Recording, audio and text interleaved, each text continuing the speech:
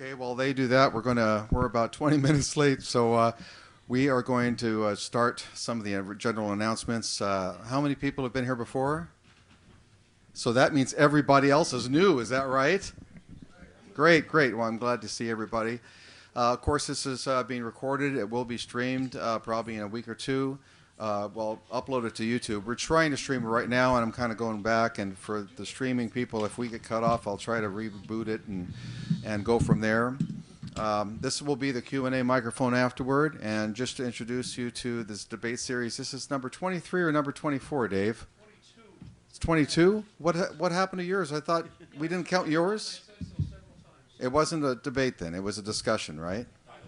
A dialogue.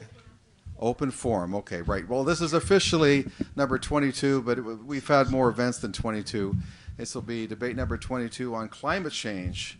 And I'm not going to go into the introductions right now, but I just want to welcome everybody to the format. The format is 20 minutes from each side. I think the deniers will be up first, and then the acceptors will be up next, and then we'll have a 10-minute rebuttal from each side.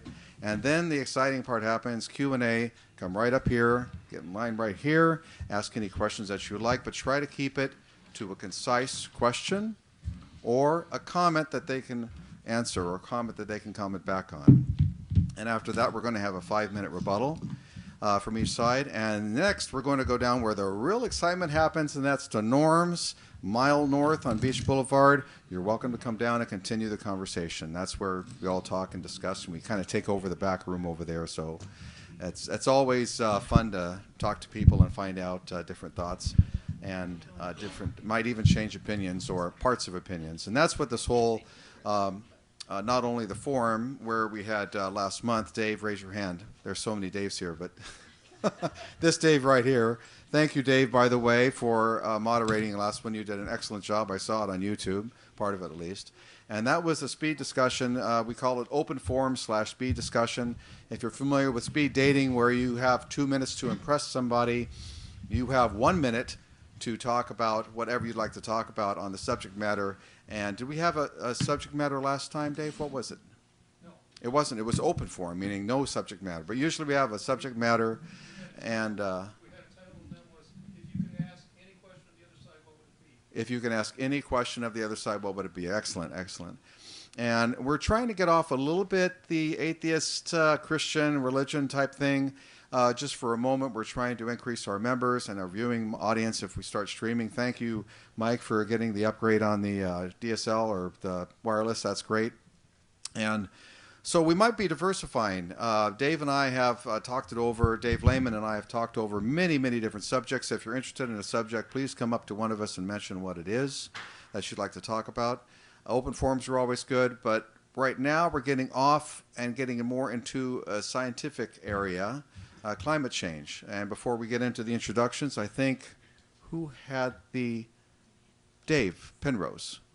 Oh, you're so large I couldn't see you in the front row. Are you losing weight, Dave? You look great. Okay, excellent. You look great. Okay, Dave, come on up. Because I'm wearing stripes, Bruce. Stripes. Makes me look thin. Well, welcome, everybody. And this is an awesome subject to be talking about, the phenomena of climate change from a historical perspective and also in the present day. So I look forward to everybody participating. We will try to keep the time limits pretty good by using a device. You'll see a green light, red light when it's time to stop, and then that's how we'll know. David, would you like to introduce our guests? And is there someone out there with a time? I have that device right here. So you'll give us like maybe 2 minutes or...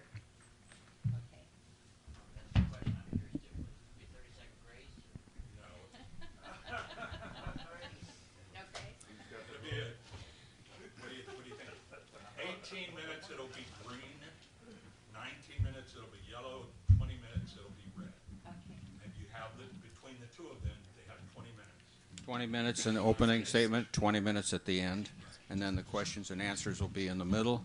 So everybody's fair game here. We were delighted to have Orleans Koehle come to speak to us, and she just happens to be in town because she spoke at Eagle Forum, so we wanted to use her for this debate. She's written several books on the subject, in related subjects, I should say. Since 2002, Orleans served as the state president of Eagle Forum of California. In 2006, Orleans founded and served the first president of Sonoma County Land Rights Coalition to help protect rural property and water rights against overbearing government regulations. She's the author of California's Water Crisis and 6 other books. She keeps coming up with books, and I said before that she writes faster than I can read, but they're all excellent. Also, today we are delighted to have Debbie Bacigalupi. Bacigalupi. I have never been able to pronounce her name. Debbie has a master's degree from Notre Dame. She ran for the election of California's newly drawn 14th congressional district, and she is striving to preserve and safeguard private property and intellectual rights, protect small local farmers, clean up food, air, and water from chemicals, terminate overarching regulations, and repair the educational system. She covers just about everything, actually. So she speaks all over the place, and so I was supposed to be on this platform, but when she volunteered to be there, I said, great. No, she volunteered. Yeah, well, she said, I'm going to kill her. When she found out that it was going to be televised, she said, I'm going to kill her. But I think it ought to be fun tonight, so with no further ado, I did want to make an announcement. This is where we meet as the Christian Century Toastmasters Club, and we would love to have new members, and you don't have to be Christian to join the club, but we open it up for just about anything. It's an open forum, and we want to help each other to develop our speaking skills a little better. So we meet every the second and fourth Mondays here at the church in the room over to the side there at 7 o'clock. So you're welcome to join us at any time. We'd love to see you. And so I will turn it over to Bruce. Also, I forgot to mention, guys, that you're going to have to share that microphone. So, Dave, can you please come over and gently grab that microphone and put it in between the two ladies for your side? And please put it up to your mouth about 2 to 3 inches away.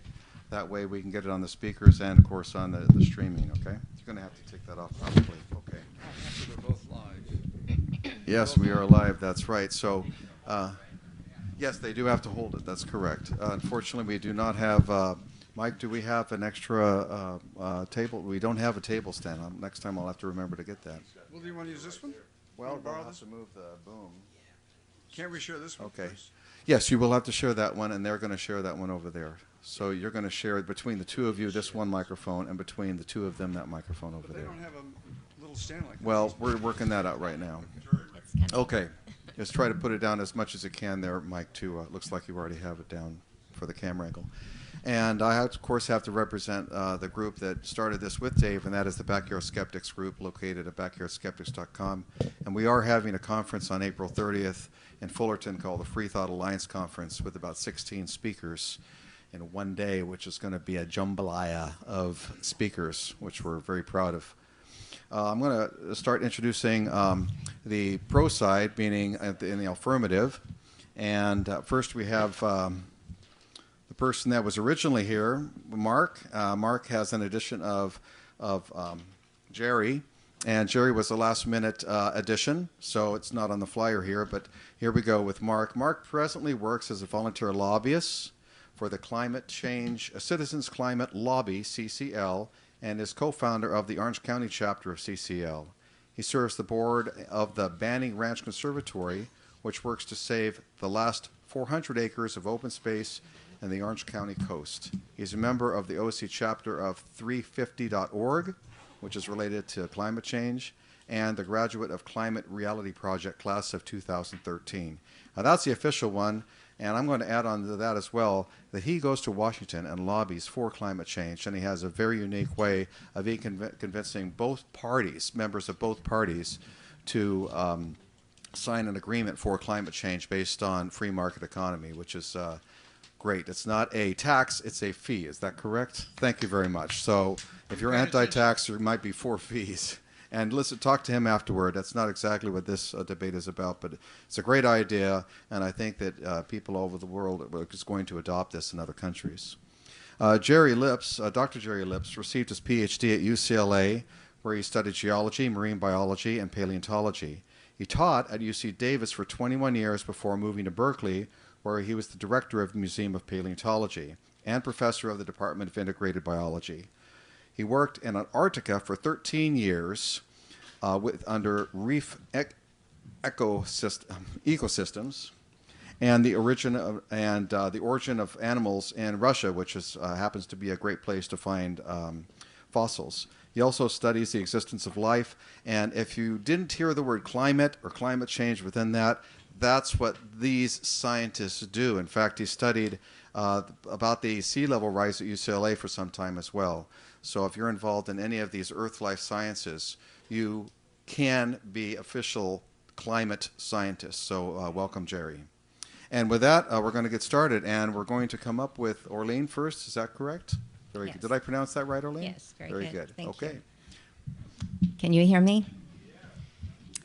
Well, first of all, I would like to thank David for making this all possible, and it's an honor to be here, and I'm so delighted to see people that actually still have debates and can come out friends. It seems like that's kind of a lost art. I used to teach speech and drama and debate and journalism in the public schools back in Idaho Falls, Idaho. And it was wonderful to see how you would have a debate team debating one side of an issue, the next day they're debating the other side, and they were the best of friends. But it seems like that has really changed over the years, and so I'm delighted to see that you do this, and I think more people should be able to do this. And it's important to have both sides of a very important issue. It used to be that climate change was called global warming. So I'm going to give you a little background of how that originated, and also let you know that, yes, we do believe that there is such a thing as climate change. The climate has always been changing. That's just kind of the history of our world. So to start off with, we would like to present 4 points. Weather throughout the ages have been cyclical, cooling periods and warming periods. There is much pseudoscience and scare tactics involved in promoting global warming, or what you call climate change now. There is much money to be made by those pushing this myth. The myth is continued by indoctrination in our schools and colleges and by the media. The weather throughout the ages has been cyclical. This shows you a graph of back in the medieval period going on up to 1900 AD. And as you see, during the Middle Ages, there was a warm period. Grapes were even able to be raised in Greenland. There were no cars to blame this on. This was followed by a little ice age. There's also a rise and a fall in temperatures due to sunspots on the sun. This also is cyclical. It seems to be going on about every 10 years. You'll see this rise and fall.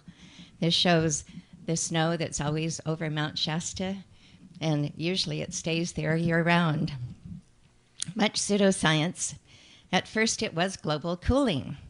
I don't know if, I think most of you probably lived back during the 1970s to 1979.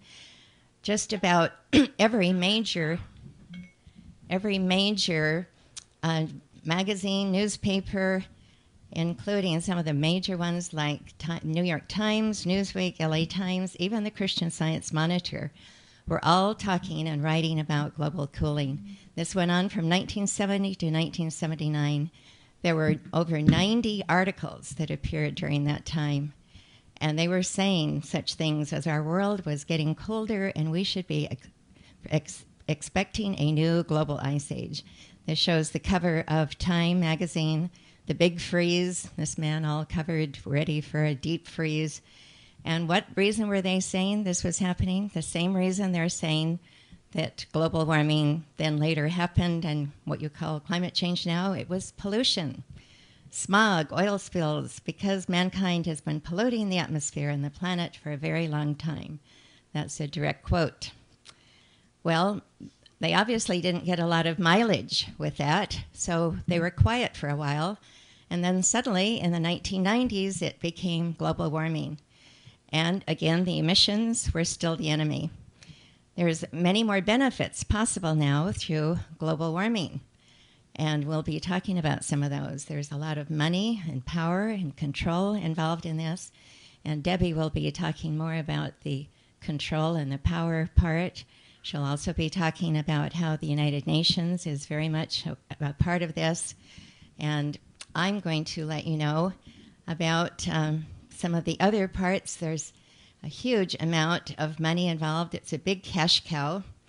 So what they're doing through this is ushering in a whole new economic system based on the trading of carbon credits, bringing in billions of dollars to those stockbrokers doing the trading, like Al Gore.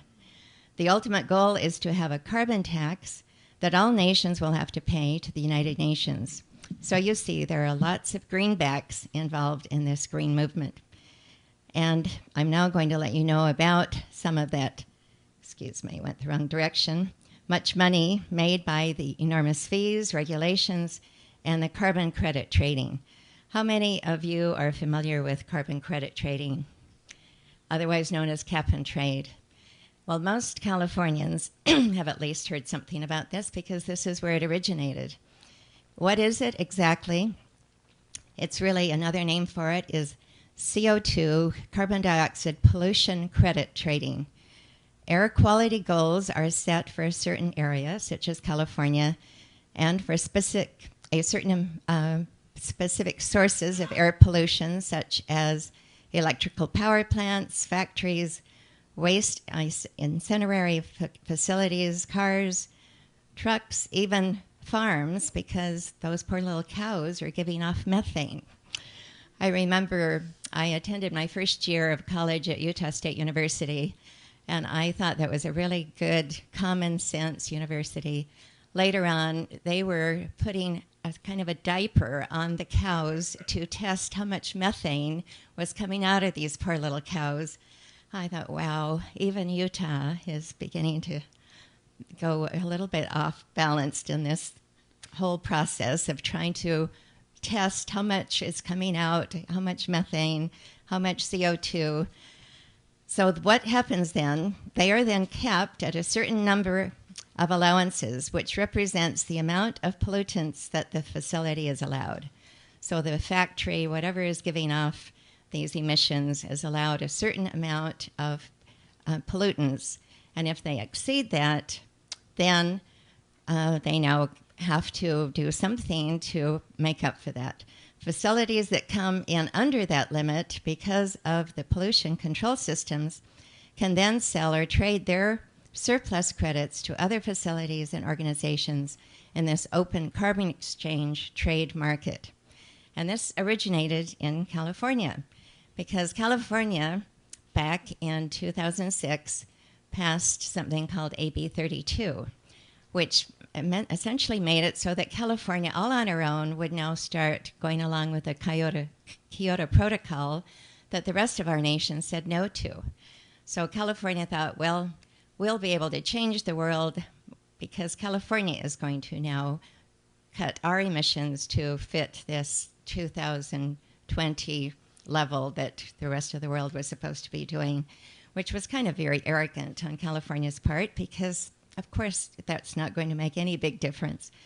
But what this is doing, this allows the facilities that buy up such allowances, these pollution credits, to pollute even more because other facilities are polluting less. But as one sees, there is still pollution going on, and some parts of the country will be allowed to have a higher level of pollution because someone else is offsetting it with low pollution. And guess who gets to make money through all of this? It's various stockbrokers like Al Gore.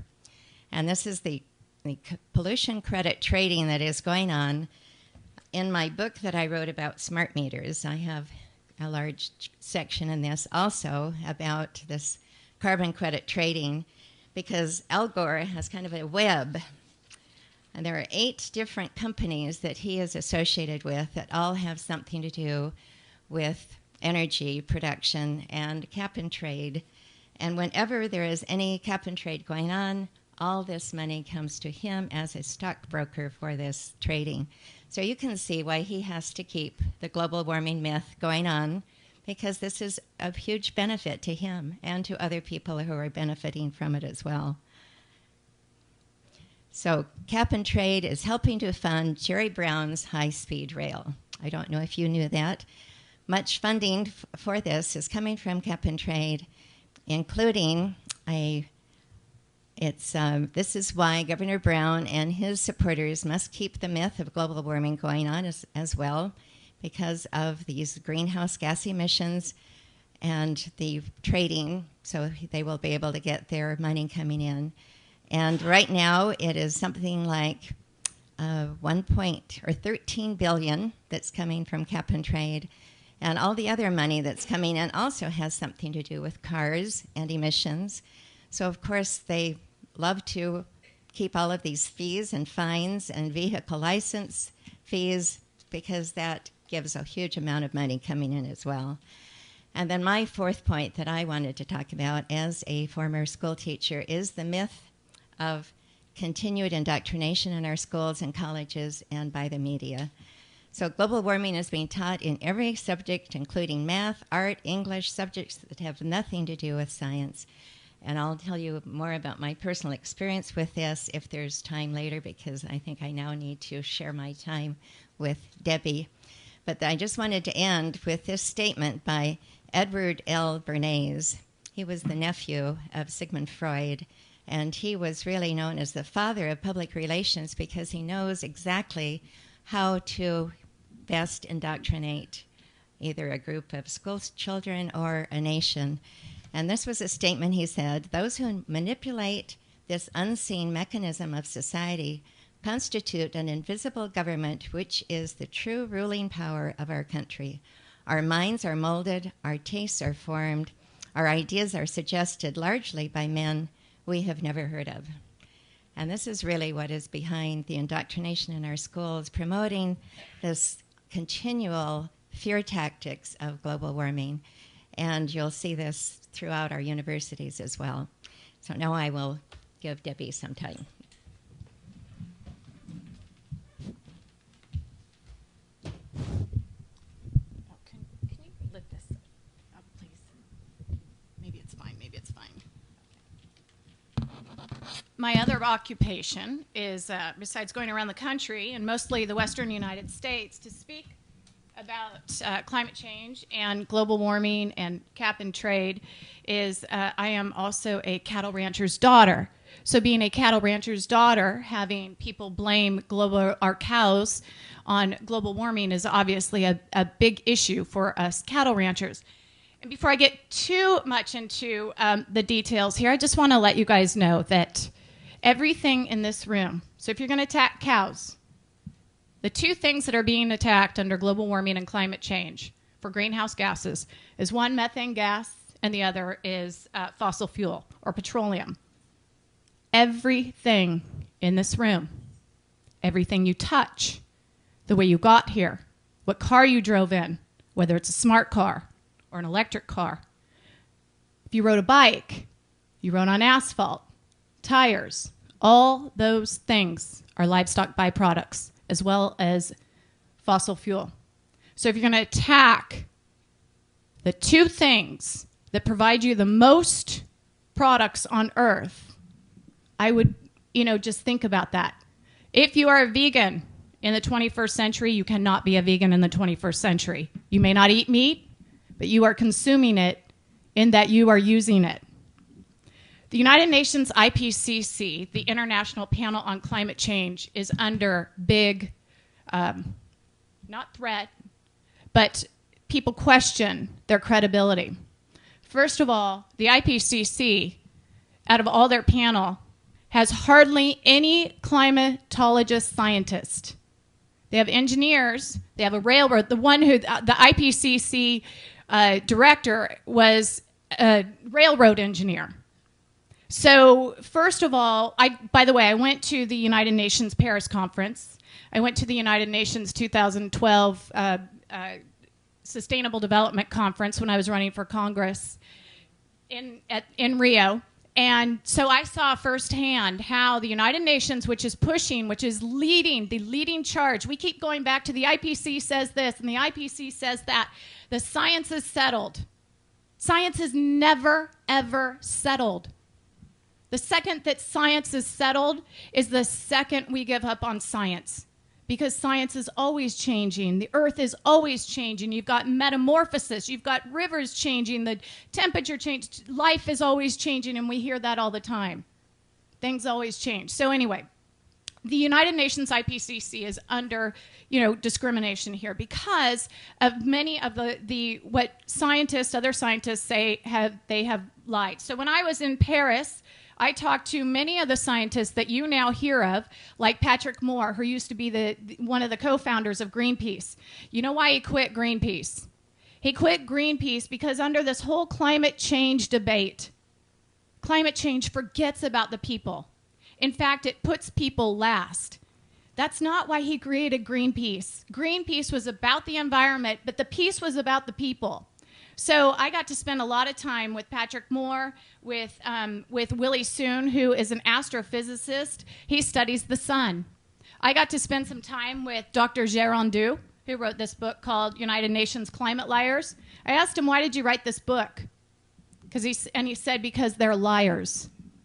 So here we have an issue called climate change that is going to radically change the way we live our lives. And I'll get into that in just a bit. But you can see here, the United Nations IPC says that we redistribute de facto the world's wealth by climate policy. One has to free oneself from the illusion that international climate policy is environmental policy. Why? Because it's not about the environment, it's about policy. It's not about protecting the environment, it's about creating global policy. This has almost nothing, he goes on to say, to do with environmental policy anymore. It's political policy is what it's all about. So there I am, and I'm at the Rio Earth Summit in 2012. The name of the conference was The Future We Want. And as an attendee, I can tell you the United Nations is full of hypocrisy. When it comes to climate change, and if you saw the Oscars, you saw Leonardo DiCaprio talking about climate change, and we need to, change our behavior, and we need to. I think that when we see our politicians, our leaders who are saying, even our panelists who are saying that we are ruining the climate, when they start changing their behavior, when all these people start walking, selling their mansions, getting rid of their leather shoes, not using a bike even because that's petroleum and also livestock byproduct, when people start walking the talk, then I think we have a problem. But you know what? You're never going to see people, leaders, changing their behavior. But when you do, then I think we have a problem. They called it The Future We Want. And I can tell you as a corporate event planner for Google, it was not about the environment. The waste at these conferences that the United Nations puts on in the name of climate change. They bring in subflooring, heating, lighting, decor, air conditioning, big parties, champagne parties, thousands and thousands, tens of thousands of people flying in, private jets. Obama brought several of his cars to the Paris conference. It's not about saving the environment because if you look at their carbon footprint, it is huge. This is about massive change based on climate change. Why climate change? Because, Orleans, can you hand me the, here, I'll get it right here. Based on a very powerful group called the Club of Rome in their very first document called Limits to Growth. They stated back in the 1970s that in the 21st century, based on climate change, that in the 21st century, we would see catastrophic deaths because of human behavior. Did we see that? It was not true. And yet this narrative is being pushed forward. It's being pushed forward that human population is causing anthropogenic global warming. This book, written by Paul Ehrlich, who is a Stanford professor, he said in this book that there are two types of people on this planet, and I'd like you to think about which one you are. He says that our population consists of two groups, a comparatively small one dedicated to the preservation of beauty and wildlife, and a vastly large one dedicated to the destruction of both. So based on a guy, Paul Ehrlich, a professor who the United Nations has quoted in their biodiversity assessment reports, in all these climate change documents. He's quoted quite a bit because of population. In fact, oh my gosh, I wish I had all this stuff here. Sorry, you guys. Where's my little children's book? Do you see it? All right, forget it. Oh, here it is. So this is how far the United Nations goes to indoctrinate children. This book, called Rescue Mission Planet Earth, rescue meaning we are killing the planet based on carbon dioxide, fossil fuel, methane gas. On page 32, it's about baby bomb. Remember, Paul Ehrlich's book is The Population Bomb. This is a children's book. The planet groans every time it registers another birth. Imagine if you were a child. This is the organization that is pushing climate change. And they don't even have real scientists on their IPCC board. What? This is about behavior change. Whose behavior change? Ours. Under climate change, we are supposed to move into what they call regionalism. This is regionalism. Regionalism is where there are no borders. This just happened in the Bay Area. But you could see that there are 11 mega regions, or eco-cities is what they call them. How do you get from eco-city to eco-city? You use train. When you live in a region, how do you get around? Public transportation, walking or biking only. The One Bay Area, which is where I'm from, just got regionalized. It's 101 cities, 9 counties, now called One Bay Area. Let me ask you, as an American citizen, what is the power that we have in this country? Where is your voice heard? It's in the voting system. If we are one region, 101 cities, 9 counties, now one, what happens to your vote? What happens to your say? Your voice disappears. This plan was passed by a group called Association of Bay Area Governments. You have one down here. I think it's called SCAG, Southern California Association of Governments. You did not vote for these people. Climate change is not about saving the environment, because you would see our leaders changing their behavior, but it is about you changing your behavior. And are you ready to radically change your behavior when you see our leaders not changing theirs?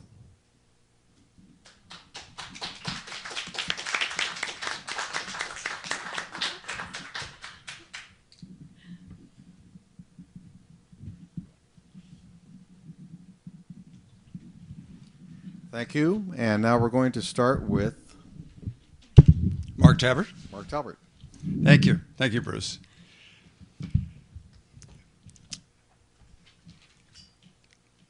Where to begin? My most recent debate was last Friday. I debated, it really wasn't a debate, but I had a pro and con on this same subject matter. It was at the Republican Club in Laguna Woods. And this is my third time I've done this. The first time I did it with the Cato Institute, with their lead scientist, a real big name in the denial world. And so I've learned something from these two debates. I want to take a poll in real quick to know who I'm talking to. According to Yale University, there are 6 Americans. We all are one of these 6. These ladies over here are dismissive of climate science. I'm on the very opposite end. I'm alarmed about climate change. So the 6 categories go like this. Alarmed means it's a serious problem. It's caused by us. We need to do something right now or yesterday. Concerned people feel it's caused by us. It's a big problem, but they see it as something more remote, either in time or location. So they have a little bit more, we have more time than I think we do. The next group are people they call, well, they're on the fence. They're people that are considering the problem. They're reading the paper. They don't know if it's overblown, if it's caused by man, if it's natural. They don't know. But they're open-minded about it, and they're trying to figure it out. The next group are called doubtful. And these are people that are not dismissive of climate change. They're not thinking it's a conspiracy, but they think God makes the weather. Simple as that. That's how I would classify them, or something along those lines.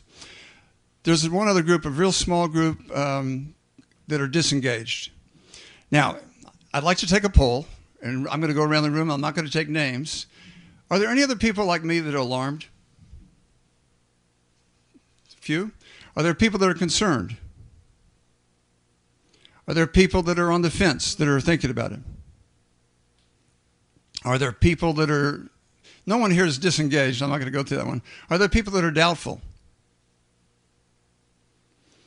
Are there, now if I don't mean to call people names, but that's the term Yale uses, is dismissive. They're conspiracy theorists. They have there's a conspiracy going on, and it's all around climate change. Do you fall in that category? Yes. Okay. You're not representative of the United States. And I'm not going to talk a lot about science tonight. I'm going to try to talk about why we are thinking the way we're thinking. And I don't just mean those guys. I mean all of us. I'm going to be talking tonight about psychology and about long-term problems and about long-term thinking. But before I do that, I'm just going to try to respond real briefly to what was said over here. The only person that can convince the people that are unconvinced of climate science is this man on my left. Jere Lips is a PhD. He's a scientist. If he brings his slideshow here, he didn't have time to get his show ready, although he's chomping at the bit to get up on this microphone because he loves to talk, and he's very good at it. But I'm going to try to hog the stage tonight, and I'm hoping that we can have another venue where Jere comes up here and shows the story about why the ice ages are explained and why the sunspots and why the volcanoes, all that kind of stuff. But when I talked to the Republicans on Friday, I gave them 4 scientists, and I'm going to give you real quickly the same 4. Climate change is not something that we just invented. It goes back to the 1820s, and the first scientists that talk about climate change, although he didn't know it, worked for Napoleon. And he was a guy that sat around in his laboratory in France, and he said it's too warm on this planet considering how far away from the sun we are. I don't know his name even at this point, but he said that in the 1820s. Nobody else commented on that I have a record of that I know about until 1861.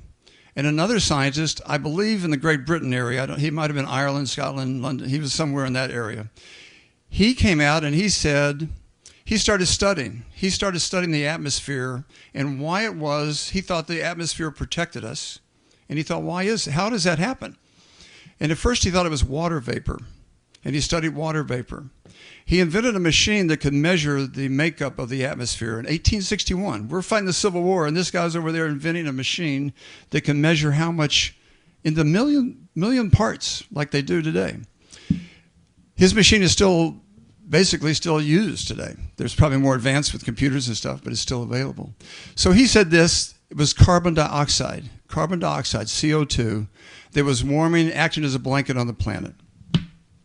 The next scientist is the one that did the first, now remember that's 1861, the next one's 1893. He's the first one that did a science model, or climate model. It was on Christmas Eve. His fiancée broke off their engagement, and so he went home, and he started trying to figure out what happened if you take the coal in the ground and you burn it, like they were starting to do around that time, a lot, and you release it and release the CO2 in the atmosphere. They knew that science. He said if you doubled the amount of carbon in the atmosphere in those days it was about 280 parts per million, and he said if you go to 560 parts per million, we're going to warm the planet up by about 5 degrees. Today with computers and satellites and all the scientists, his estimate is still in the ballpark, and it's not in the ballpark by like off 20%. It's like in the few percentage point of where most scientists think we're going to end up if we keep doing what we're doing. The only other scientist I'll talk about is in 1957. In 57, a scientist in the United States looked at the atmosphere, looked at the CO2, and he determined that the signature from CO2 that was released from the burning of a fossil fuel in your car or a coal mine or a coal plant, that CO2 had a different isotope. So he could identify in the atmosphere how much CO2 came from with that isotope came from the burning of fossil fuel and how much was natural, how much we're exhaling right now. So that's my science. And the reason I mention those 4 guys is to show you that Al Gore didn't invent climate change. And that none of these guys, I have no idea what their political affiliation was, but that's, and now I'll say one more thing about science that you guys brought up. When you talk about the science being settled, you're absolutely right. Science is never settled in the sense that there's no more science to learn. But in terms of what those men invented or discovered in the 1800s, that's settled. If you go to UCI, if you go to Fullerton, if you go to Chapman, and you talk to anybody studying any of this stuff, any subject along these lines, no one's trying to figure out what else warms the planet or what cools the planet. They know what it is. Jere Lips can tell you that in real detail, and I'm not going to let him. Not yet. I was going to make another point about science. Look at my notes. Hold on one sec.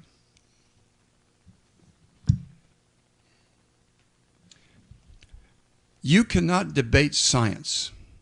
Nobody in this room can debate science with the exception of Jere Lips. There may be another scientist here that could do that, but I don't know that they're here. In other words, you can invent your own science. You can believe your own science that you can read out of the Wall Street Journal or whatever magazine or whatever books you read. But you're not a scientist and you can't debate it. Scientists debate very specifically. They debate all the time. They debate by doing peer-reviewed work. The man in 1820 made a statement. It sat on the shelf for 40-some years or 40 years. And then another man made a statement. And people shot holes. And believe me, there's a lot of story in between those few stories I picked out. So science is debated among scientists. But when we say science is settled today, we mean that carbon warms the atmosphere. It's a blanket.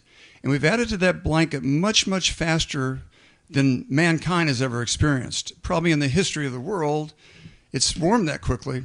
But right now we've grown by from 280 to 400, whatever that percentage is. Is that 60%? From 280 to 400 is. And that really happened in the last 200 years. Most of it, and a lot of it in the last 30 years. So that's all the science I'm going to talk about. Now, a lot of the talk in the first speaker was about cap and trade. Cap and trade, carbon trading, was not invented by Al Gore. It's actually a Republican idea. And every economist that I know in the world today, virtually every economist in the world today, says that cap and trade is not the global answer. But a cap and trade law is a carbon tax in effect. The problem with it is not that Al Gore gets rich on it, but people do get rich on it. It's very complicated. Think about what's happening in California. We have cap and trade, AB 32. So that means we have to have a department of the government that sets the cap. We have to have another department of government that polices the cap, and then we get to the politicians have the money to decide where to spend it. I don't like any of those things. So I'm against cap and trade, although it's a wonderful thing. It's a wonderful thing that Schwarzenegger did it, when he was governor. But it's not a model that's going to work around the world. Now, I'm part of a group called Citizens Climate Lobby. So I've been to Congress now 5 times since October of 12. My co-founder, Craig Preston here, we started the chapter we were the 62nd chapter. There are now over 320 chapters internationally around the world. And a chapter is a big deal. A chapter means people have gone to coursework, they've sat down together, they really do a lot of work on a regular basis, and they make a trip once a year to Washington. Not everybody can afford to do that, but a lot of people do. This year, for instance, in Paris, I'm very proud that you went to Paris. We had over 50 people from Citizens Climate Lobby that made the trip to Paris on their own dime. We had 800 plus people that made the trip to Washington last June when we lobbied Congress last June. We had over 500 meetings with members of Congress and their staff. And we're there with one goal. We're there to create the political will for a stable climate. We believe the way to do that is through a carbon tax. That's another conversation. It's not really a tax. And the person that supports us, that's on our advisory board, is a guy named George Shultz, who a lot of you know, our Secretary of State under Ronald Reagan. When we attack cap and trade, we're making a mistake because cap and trade can work and has worked. When Reagan was in office, he signed an international agreement called the Montreal Protocol.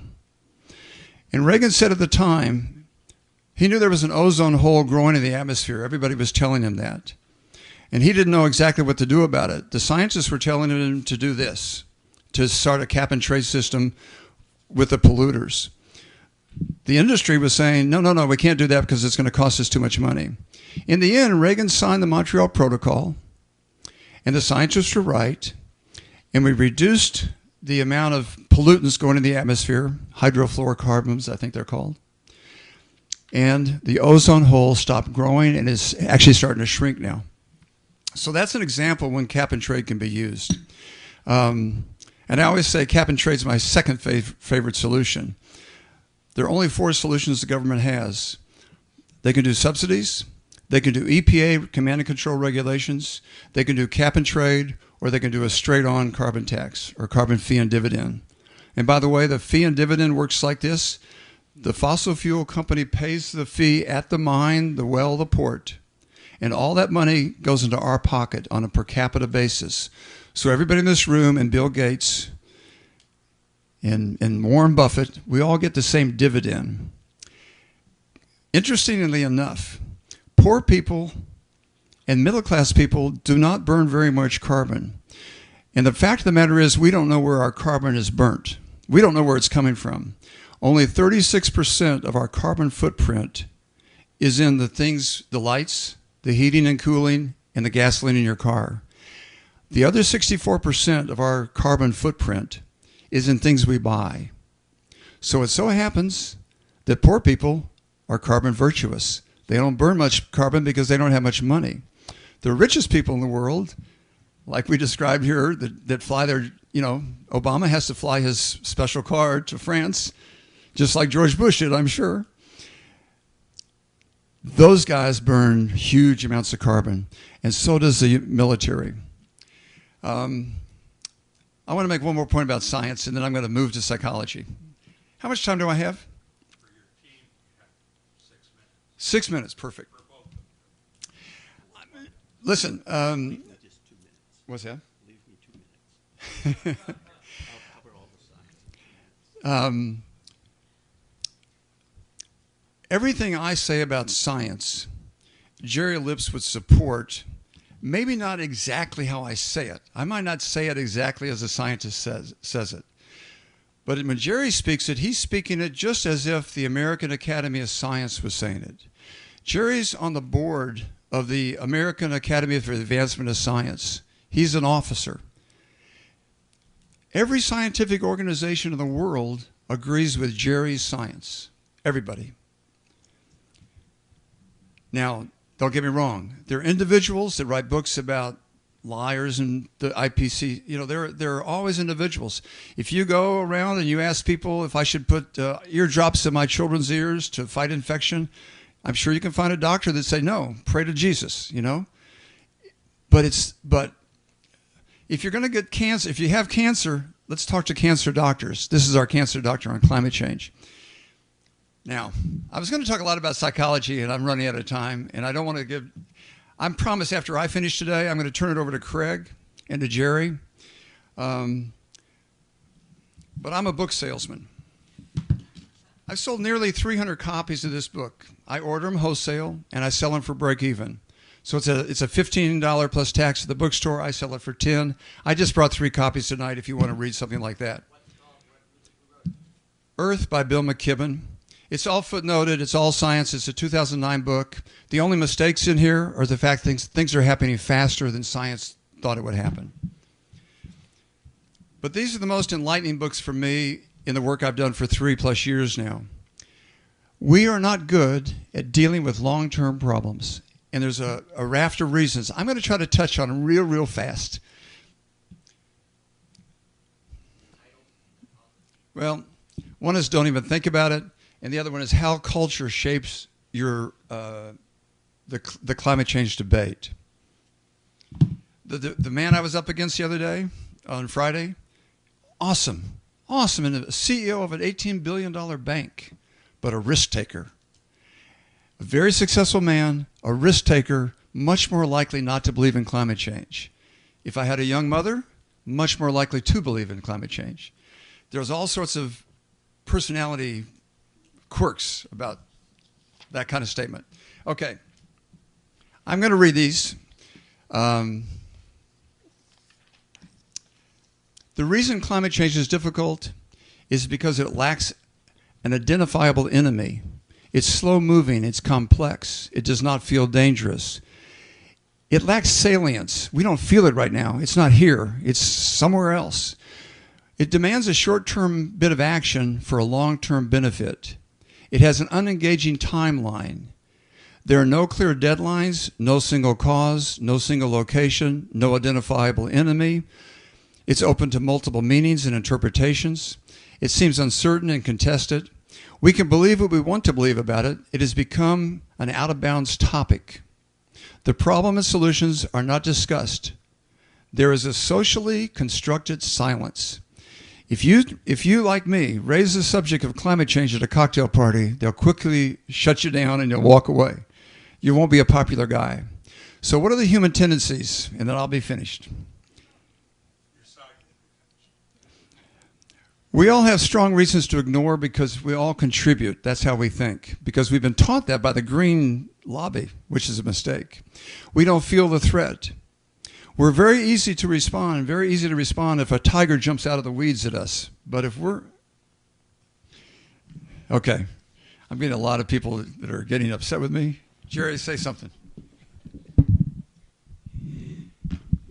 Well, I'd be happy to come back one of these days and tell you a lot more about science. There are 15,000 papers published each year that deal with climate change.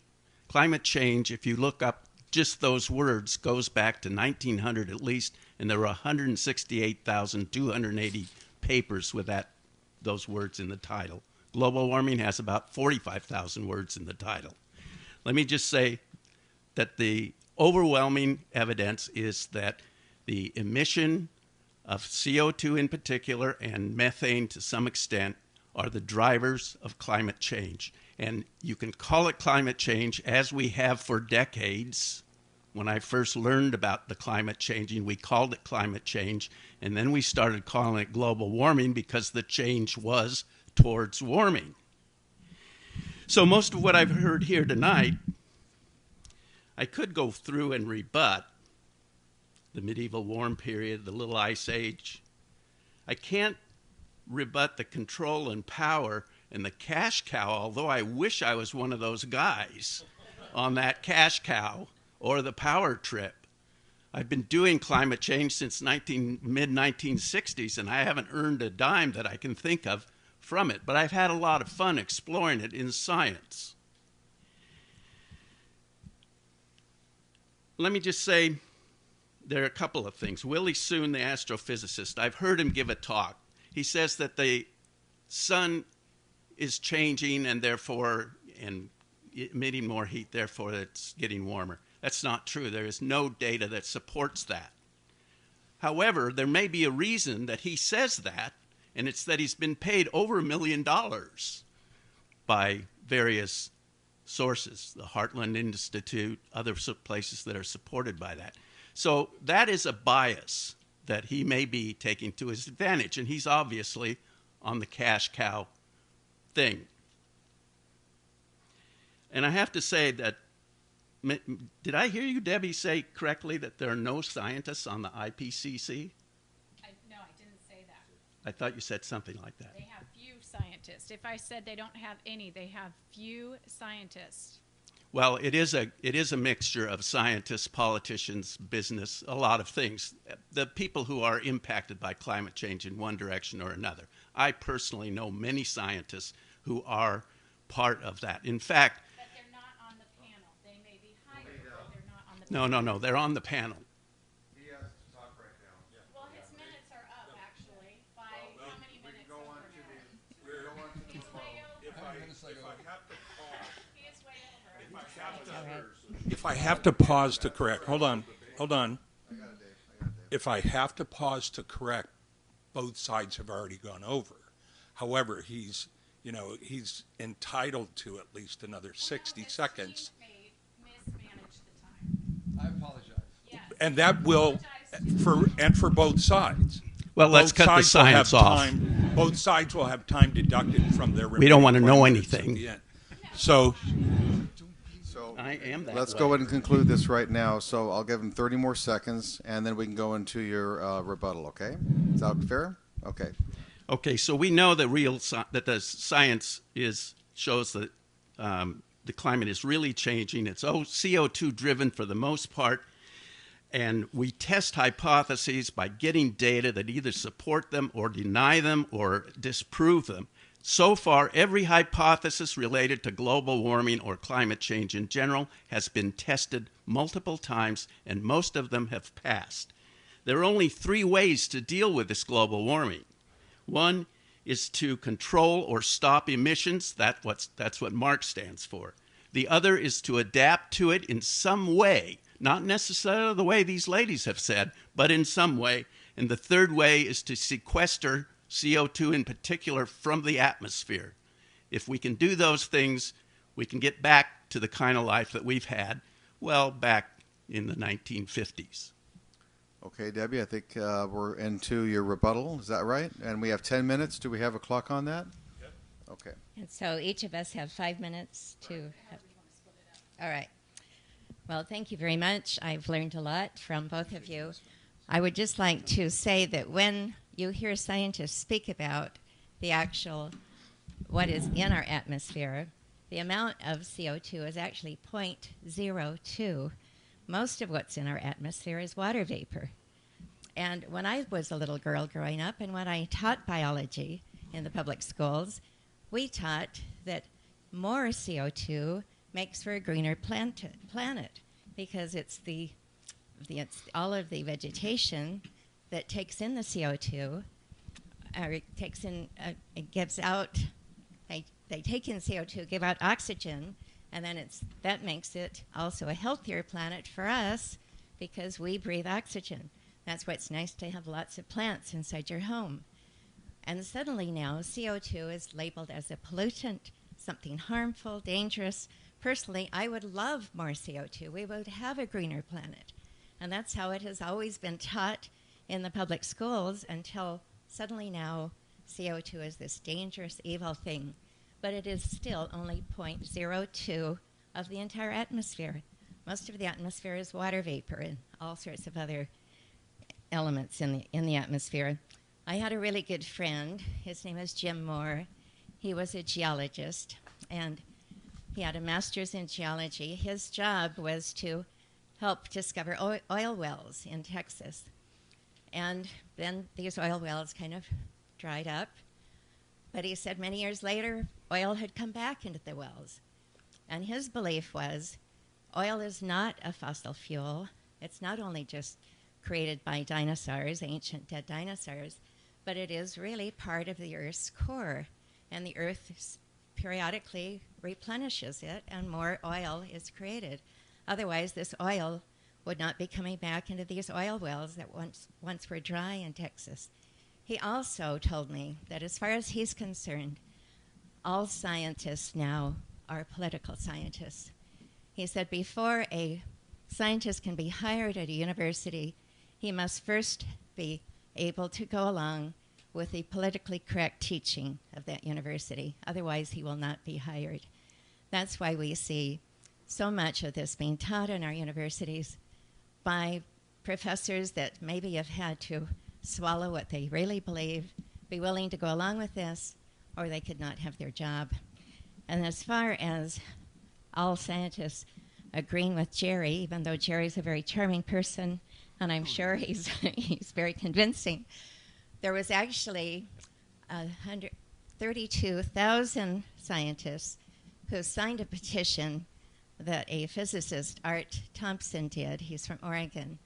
And they signed this online petition saying that they did not believe that the Earth was warming because of man-made global warming. And most of them were atmospheric scientists who really had something to do with the atmosphere. So that's just an example of the many scientists who do not really agree with this.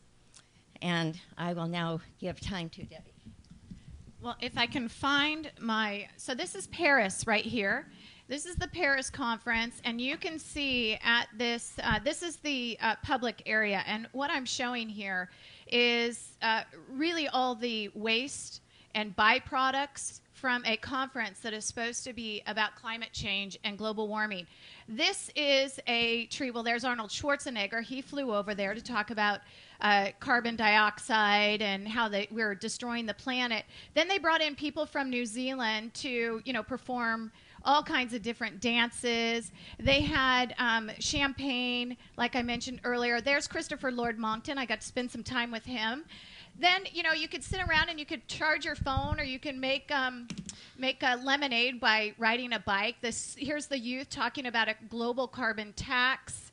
And then this is a woman. She is a non-government organization, and what they're there to teach is children about climate change and behavior change. What they teach through entertainment education is that children should not be having children, first of all, when they grow up. This is working with kids here in France with on awareness to global citizenship. Global citizenship. Yeah. Oh, great. So what climate change is about is moving us into a global system where people are considered global citizens. This is Tarek from Egypt. He came all the way over from Egypt because he does not trust the United Nations. He works on Egypt's food systems. He has not seen Egypt's food systems decline because of global warming. And I ask all of you to think about, where have you seen global warming? Will not impact the temperature of the Earth. No, it does well the job. I don't know what is the main greenhouse gas. Yeah. Water vapor. At the EU, for the moment, there is a group of people, of technocrats, who are now eagerly discussing about how much meat product we will be allowed to eat every day. We're talking about 75 grams of meat per day. So what is the size of your hand? Even smaller than that. So less than 3 ounces then? Yeah, definitely. Which is considered an average serving of protein. So they are discussing about that, and they are actually trying to replace animal meat, like beef and so on, by insects. Insects, because of global warming. Is that the future we want? In this document I have right here, by the way, these are not my documents. These are, you've been saying their side, and these are the United Nations documents, all of them. I read them. That's not so it's not. Well, what's that? Not very many. There are a lot more United Nations documents than this, but these are the main ones that are pushing for the agenda for the 21st century. This one happens to be the Global Biodiversity Assessment Report. It's 1,140 pages, and you can see I've read it. What it says in here is not only that the world is overpopulated, and if people are to live like us, we do in North America, the world's population would have to be $1.5 billion. But if we lived like people do in Asia and ate rice, then the world could, the population, the Earth overshoot can handle about 5 to 7 billion people. In here, so if we are to change our lifestyle in the 21st century dramatically, has anybody seen the White House's 2030 agenda yet? Raise of hands. Has anybody even heard of the 2030 agenda? 190 or so nations agreed upon the 2030 agenda back at the United Nations headquarters in New York City on September 25th, 26th, 27th. Who was here? The Pope. The Pope was here. And this is when he gave his great big encyclical about how we, rocks have rights and all sorts of other things about the planet. Who else was here? Putin. China's Xi. What were they all doing here? They were agreeing upon the Sustainable Development Goals that would happen January 1, 2016, called the 2030 Agenda. And we can go over the 2030 Agenda. Here's one of their targets. By the year 2020, that's 4 years from now, cut in half the number of traffic accidents and traffic deaths. How are you going to do that? How just in 4 years? We agreed to it. You could look up the White House fact sheet. How do you agree to have the number of traffic accidents? Another one, by the year 2020, to control all water, all rivers, all oceans, everything. Who's controlling it? The United Nations as the Environmental Governance Program. That's in 4 years from now. So what does that mean for you and me? It means that for a science that is supposedly settled, although this is one of their main documents right here, and what it says about global warming and climate change is this. In coming decades, a massive side effect of air pollution, global warming, could play havoc. Could. Could. It doesn't say will. It says could. Even they question the science. Even they can't use terms like will affect, is going to. They project. And their projections, like the Club of Rome, so far have been wrong. So you ready to change your lifestyle based on projections that haven't even come true? Where in your life have you seen global warming? Anybody want to say? I'll say. Sure. In the past, a typhoon in the South Pacific would get about 12 inches of rain over. On the microphone, please, Mark. The biggest typhoons in the past were 12 to 14 inches of rain over a week. The last two typhoons, the one that killed all those people, like 20,000 people, and the one before that that was just as big but didn't kill because it didn't hit a populated area, they got 24 inches of rain and more in 3 days. Someplace in the United States, I don't remember which city, got 37 inches of rain in 24 hours. That's a yard. That's not a foot of rain. That's 3 feet and 3 inches of rain, or 3 feet and 1 inch. Global warming is happening all around us, but we're not attuned to it because we live in Orange County. Even in Orange County, February was 2 degrees hotter in February than the hottest February ever. 2 degrees may not sound like a lot, but it's huge. And if we, well, bye. You know, we still have a few seconds here, right? We're out? Okay. You know, the future, according to my thinking, is very dire. But I don't think about it a lot. I work to change how I see the future. And the reason I think it's dire is because I read stuff like Collapse by Jere Diamond. Jere Diamond is at UCLA. He wrote a book called Collapse. He was a Pulitzer Prize-winning book for an earlier book, Guns, Germs, and Steel. He's a genius. He says we're going to collapse in 35 years. Now, collapse means different things to different people. But I'm not going to collapse because I'm going to work hard to pass legislation that doesn't do any of the things that I'm being accused of trying to do. I don't want to change anyone's lifestyle except that I want everybody to pay more for fossil fuel. And if you do that, like they're doing up in British Columbia, what happens, according to an economic model that we paid for last year, $150,000, is that the number of jobs increase, the GMP increases, and the number of deaths in the country fall off. And that doesn't include the savings of health savings, because a lot of people right now currently die or are very sick because of the burning of coal, and that's just coal. Okay, who's behind my science? Every scientific organization in the world, without exception, every one. There's like almost 200. In the United States, there are 29 different organizations like Jere's AAAS, American Academy for the Advancement of Science, American Association for the Academy of Science. Every one of these organizations says that the science we're talking about on this side of the table is right. It's a huge problem, and that's not according to us. That's according to the Pentagon, the World Bank, the IMF. You don't trust them? And you don't trust the Pope either. So one of our let me mention somebody that you might trust. Catherine Hayhoe is one of the advisors on our advisory board with George Shultz. She's a Time Magazine 100 Most Influential People in 2014. She's an evangelical Christian, and she's a climate scientist. She's at Texas Tech University. So maybe someone like her, who's very accessible, she spoke at our national conference last year in Washington. I I believe that we may need to morally evolve. We may be at the point of life where mankind, humankind, has to overcome what I didn't get to cover today, what's in these 2 books. I'm done?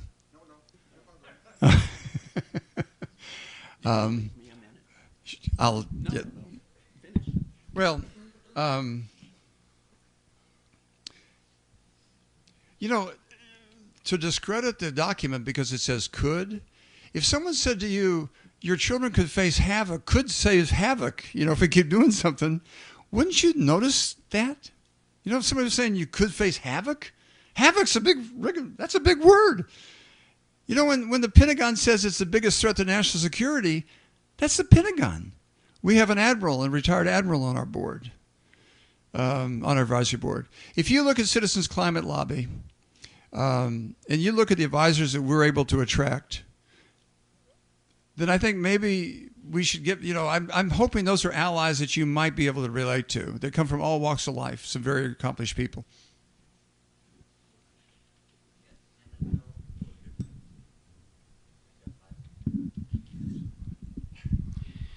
So I don't believe in global warming either.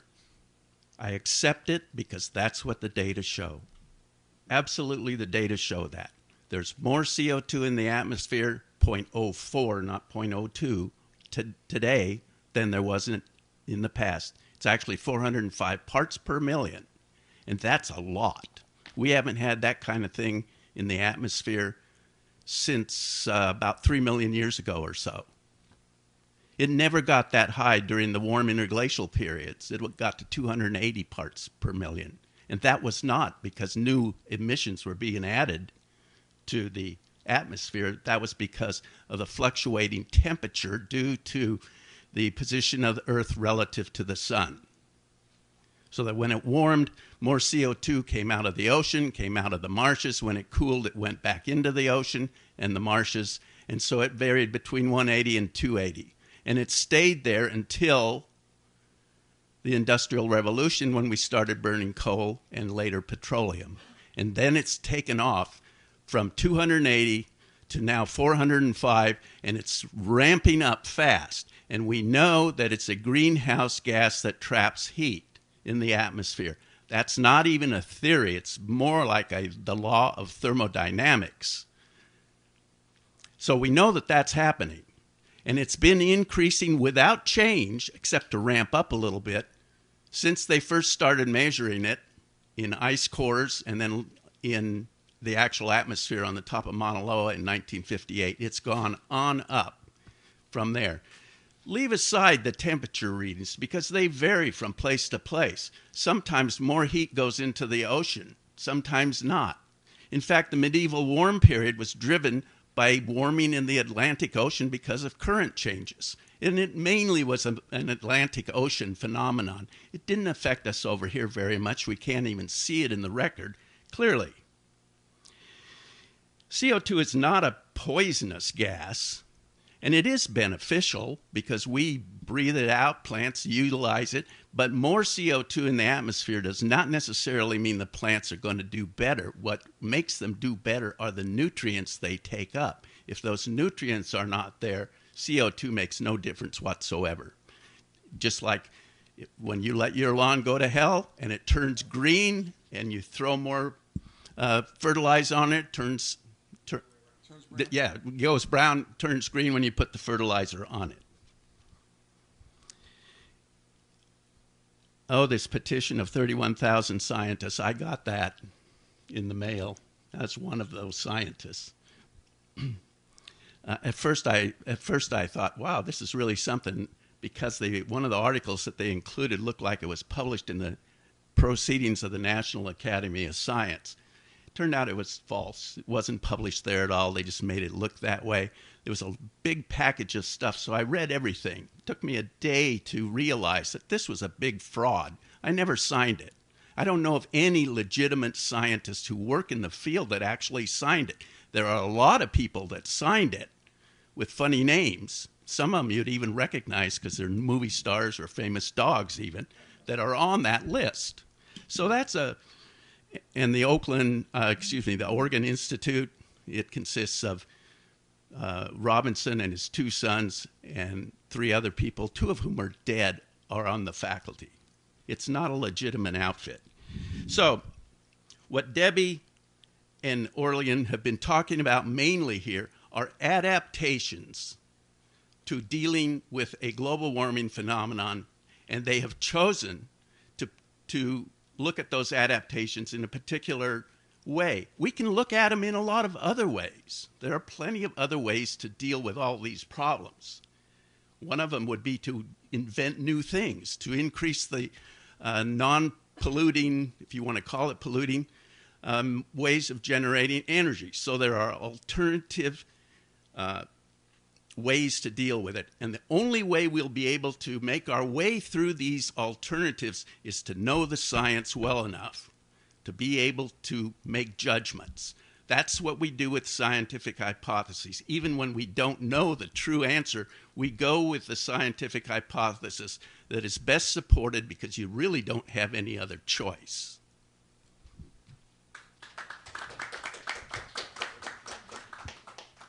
5 more minutes? Yeah. Do you have any questions of us after that? Actually, we're going to get into the questions, but from the audience this time, and you can answer some of the discussions between you already, as long as they relate to the question at hand. So this is the microphone. Come on, step up. This is your chance to ask the experts on both sides, which is a very rare opportunity. You're going to get opinions from differing sides, and it's up to them to convince you either way if you have doubts. Oh, my goodness. Okay, so we're going to make this kind of quick then, since we have a lot of people. So 1 question, and you can comment. No, like soliloquy. That's correct. Less than 30 seconds, please. And try to keep your answers concise so we can move on quickly. That way we can get more information. And you can discuss it in between, but only pass by 1 time. So if you answer the question, you have a chance to either respond to the question or respond to their comments. And then that would be it, because we have to move on.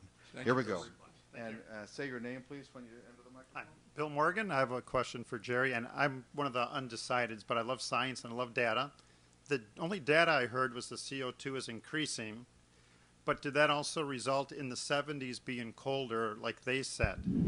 Would have always been increasing as the CO2 increased? Thank you. Yes, the complete record for CO2 for the last few thousand years comes from the ice record, where they measure it in bubbles that are trapped in the ice in Greenland and particularly in Antarctica, and it shows a continuous increase in CO2. No scientists were saying that the world was going to cool unless they were talking, as I did in my own class, about the glacial interglacial cycle. We're in an interglacial cycle, a warming cycle now, and if we were on the same trend, which is driven by something called the Milankovitch cycles, we would go back into a time of cooling. However, we have reached a level of CO2 that may not allow that to happen. So it may not cool at all because it's a very sensitive thing.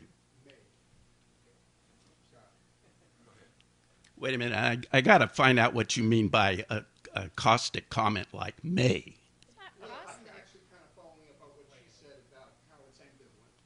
And you should be able to admit as a scientist, you have to be ambivalent about things you can't prove. We don't prove anything in science. Okay, you use the word may, and I'm affirming. I think that we have to move on. Go ahead. Sure. Well, yeah, absolutely, absolutely. So that is a good point, because if we are adaptation, I'd ask these people if you're willing to look at, and you included, what all the adaptations are that we are required to do under climate change, and see if they make sense to. Hold on. Global, no, you already had this is my rebuttal back, so you don't have a chance right now. You can come back at me later. Okay. But so if we are to adapt and change our behavior in 4 years, how do you get people how do you have the number of cars or accidents? There's only one way you can do that, and that's getting people out of their cars. So Are we truly going through a global warming or global cooling? Because there are a lot of scientists who are saying we are heading towards global cooling. There are scientists who would, in Paris, it is absolutely true. You have your scientist. I met a lot of scientists in Paris who disagree with you. We have a lot of books that disagree with you. But the public should know the truth. The public should have the big picture, not the science is settled.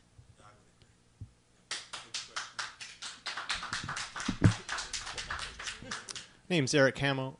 Sir, you stated that you don't want anybody to change their lifestyle, but you didn't quantify how much more you want us to pay in fossil fuel. But if it's a significant enough amount, don't you think that may force people to change their lifestyle? A carbon fee and dividend plan forces people to rethink how they buy energy.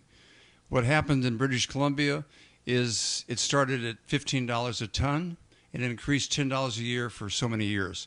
Our plan goes up, it starts at 15 and goes up $10 a year. I say our plan, George Shultz's plan and ours. What happens is that the money comes back to us and 2/3 of people break even or come out ahead on the deal. So you end up paying more for energy, but you get money to replace that. And you can keep buying dirty fuel if you want.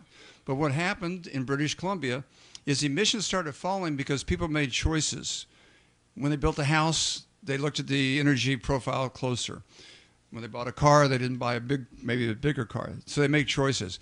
What happens, according to the economic model, is that healthcare is benefits by this, and also retail.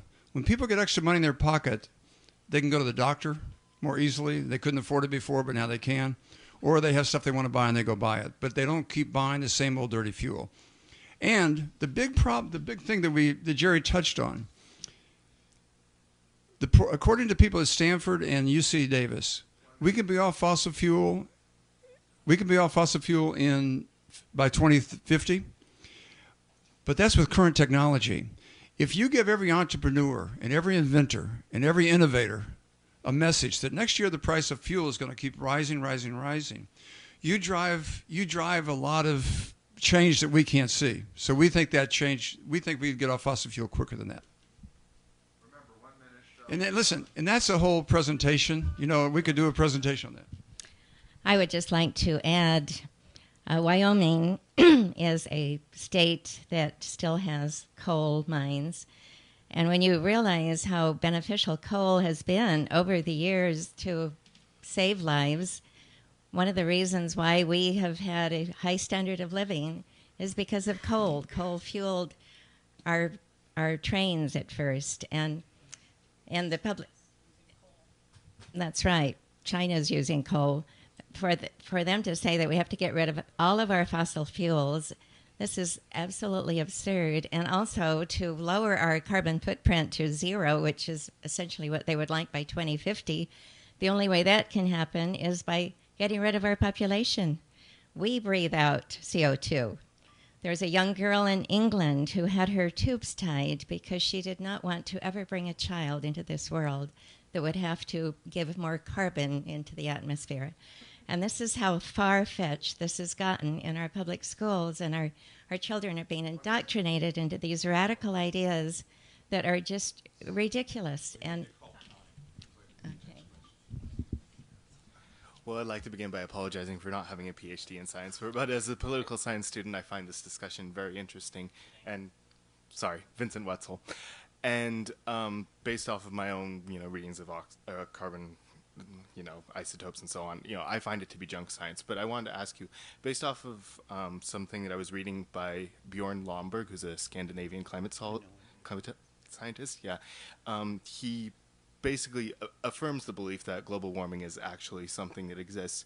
But what he pointed out in his works is that there was a period in time called the Paleocene-Eocene thermal maximum, during which ocean levels were 100 feet higher and the temperatures in the Earth were 10 degrees Celsius higher, so 18 degrees Fahrenheit.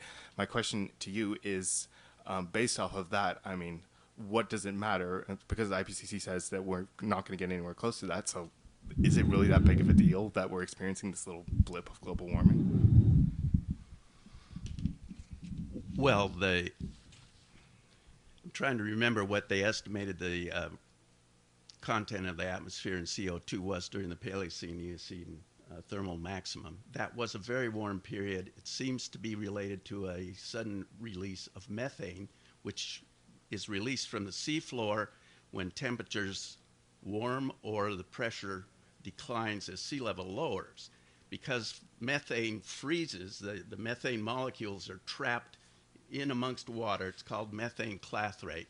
And when it reaches either a warmer temperature or a lower pressure, it explosively emits itself. And it is happening in the Arctic Ocean today. The scientist that does that is named David Scott at Dalhousie University. Sure. So the IPCC is considered the expert in all of this, and they have a 1,544-page main document that is stuff full of graphs and tables. They also have 164 scenarios that they use of what could be possible under climate change and global warming. In fact, they even did a press release on these 164 scenarios. But of the 164 scenarios, they only related the future of energy to one of the scenarios. And what they said in this is that by the year 2030, I think it was, I might be wrong, I'm not I don't have a, what do you call that? When you can remember things so well and you've got that picture perfect memory. I do not have that. By the way, I'm not a scientist. I'm just a concerned citizen. I don't get paid to do this. So anyway, but what they said in here is that that what the IPCC is saying, that we will get 80% of our renewables from solar and wind, is a flat out lie. It's impossible. Hi, my name is Mike Panel. Thank you for coming, taking your time out tonight. Really appreciate what you've been presenting. Having studied this extensively, I think I've reached a junior high level of understanding of climate change. So my question is, why is a 5-degree increase in global temperature a bad thing?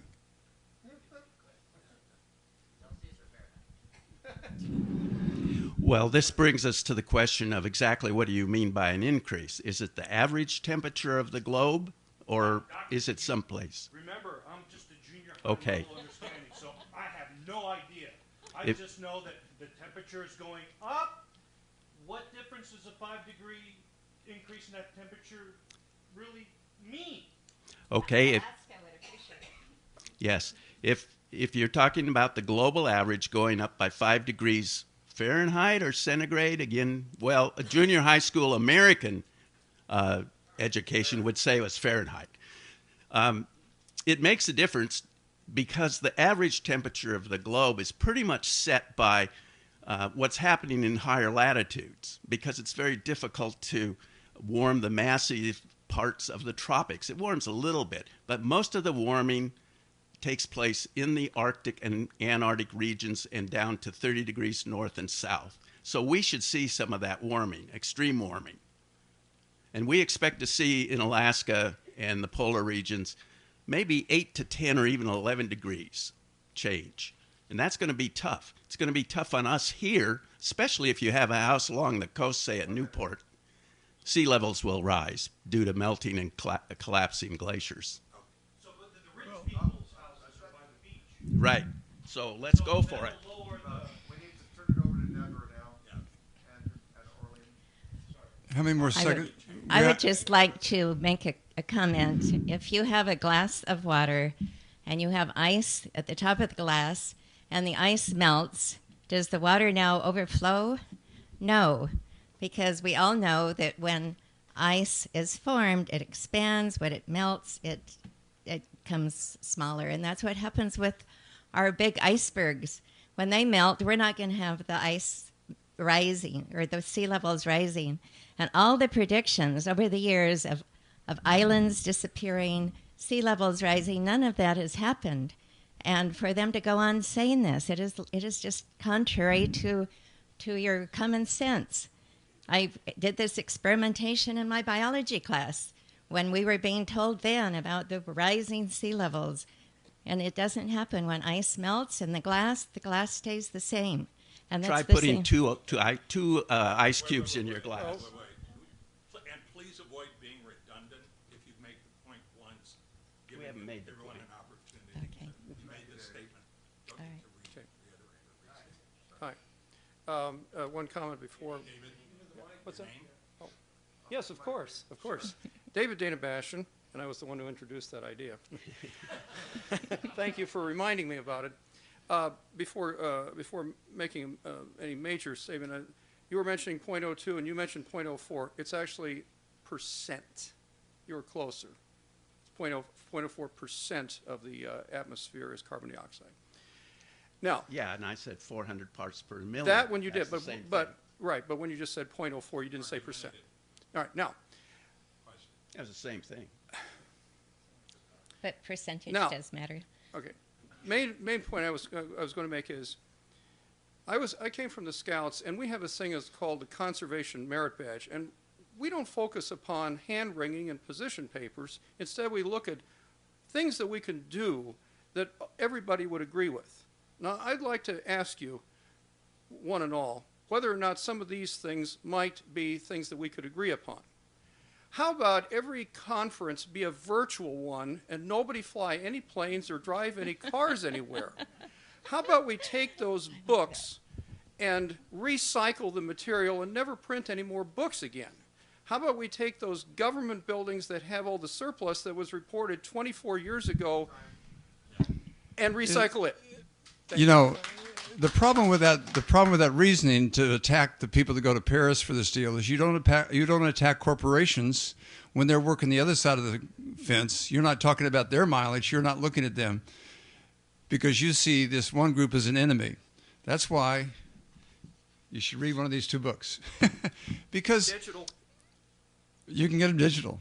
I wanted to go back to the last question. There's so many.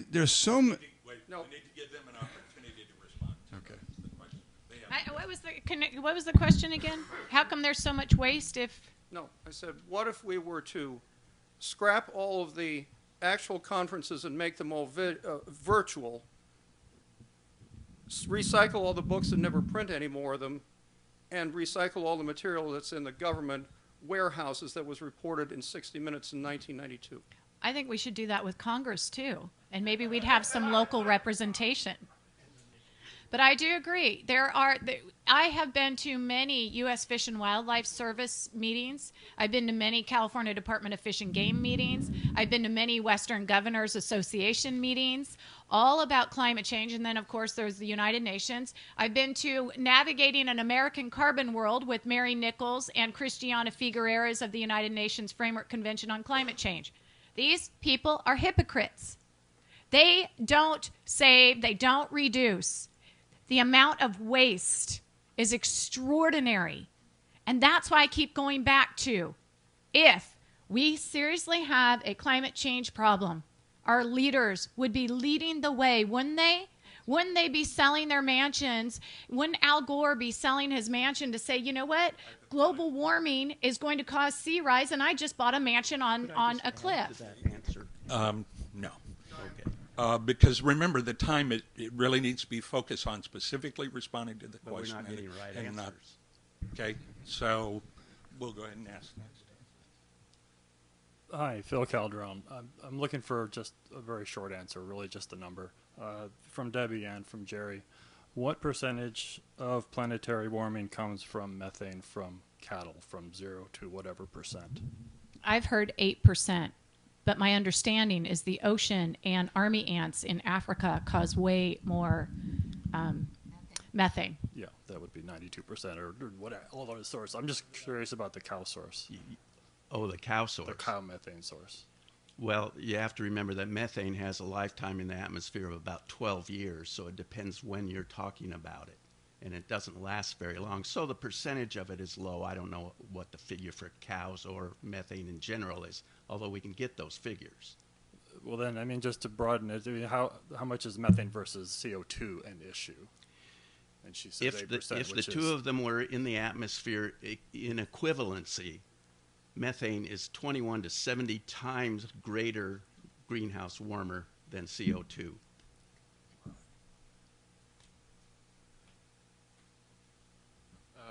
Richard Moore, and my question is for Orlean about the trace gas argument that you brought up. If you removed the nitrogen, oxygen, and argon from the atmosphere, the percentage of CO2, the amount would stay the same, but the percentage becomes 20%. Does that change its effect on global warming, in your belief? And how do you propose reduce or getting rid of all the other things? It's not a proposal. I'm asking if you think that the percentage is such a major factor that carrying out that thought experiment would have that effect, that it suddenly becomes a significant gas. I still believe CO2 is an absolutely wonderful gas. I'm a farmer's daughter, grew up on a great Idaho potato farm, and the more CO2 we have, the greener our crops will be, and I find absolutely no problem with it whatsoever. But our biggest, what is in the atmosphere is water vapor. In my book that I've just recently written, California's Water Crisis, Do You Smell a Fish? I have a quote from NASA that says also that water vapor is the huge amount in our atmosphere, more than any other gas in there. And so that's if they feel that they have to deal with the water vapor issue, then maybe that's what's causing global warming. But I do not believe CO2 is the big, terrible problem that they're trying to pretend that it is. It's that there's just too much involved in power control and money in this issue. So it's not percentage that's in the atmosphere, it's the absolute amount. So you have, if you took out all the argon and nitrogen and other things, you'd still only have 400 parts per million, and so you'd have the same degree of warming.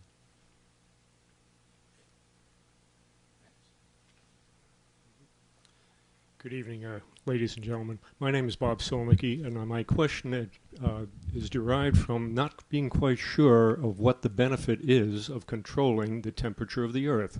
I perceive from most of the answers here it's for the benefit of mankind. And therefore, this is the problem I see. In Africa, I'm told that we have people here that are sitting on fields of coal throughout Africa, enormous fields of coal beneath their feet, and they are forbidden to go to do that because they, the outside nations outside of the continent of Africa, have said, you're going to go green.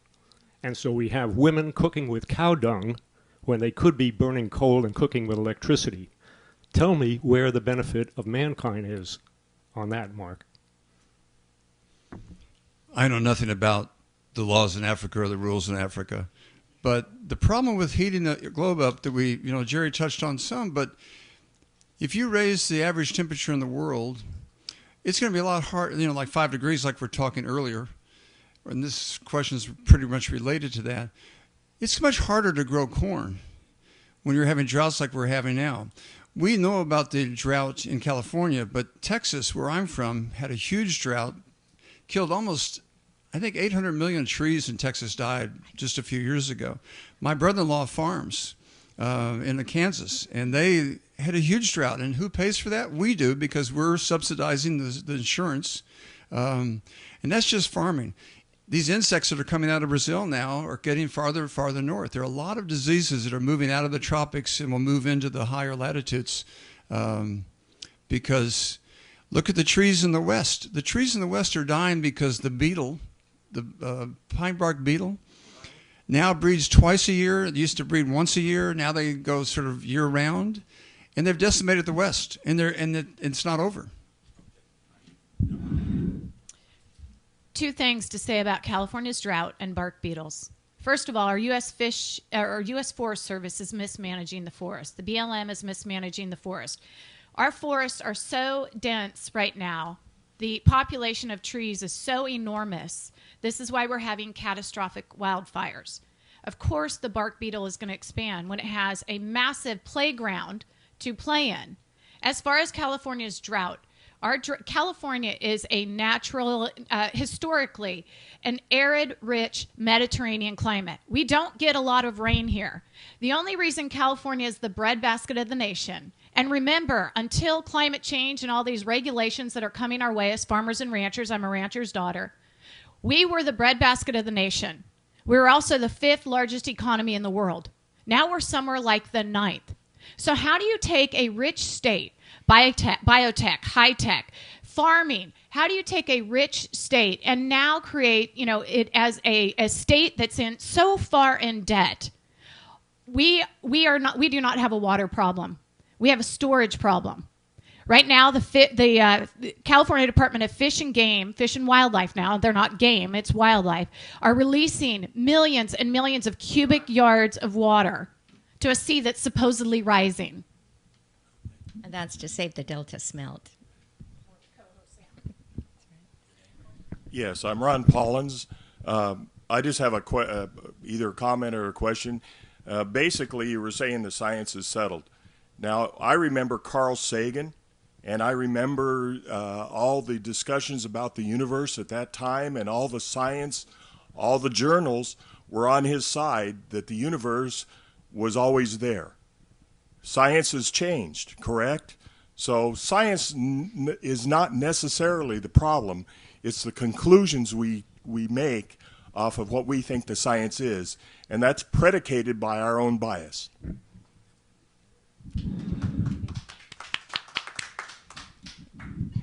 And the lack of evidence, that's true. It wasn't Carl Sagan who thought that the universe was not expanding. The idea came along right up here at Mount Wilson in the 1920s with a Big Bang.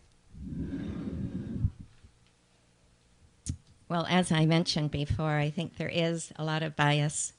And my friend said that as far as he's concerned, who is a scientist, that all scientists are now political scientists because there is so much politics behind this movement, and there is so much politics behind this climate change, global warming concept.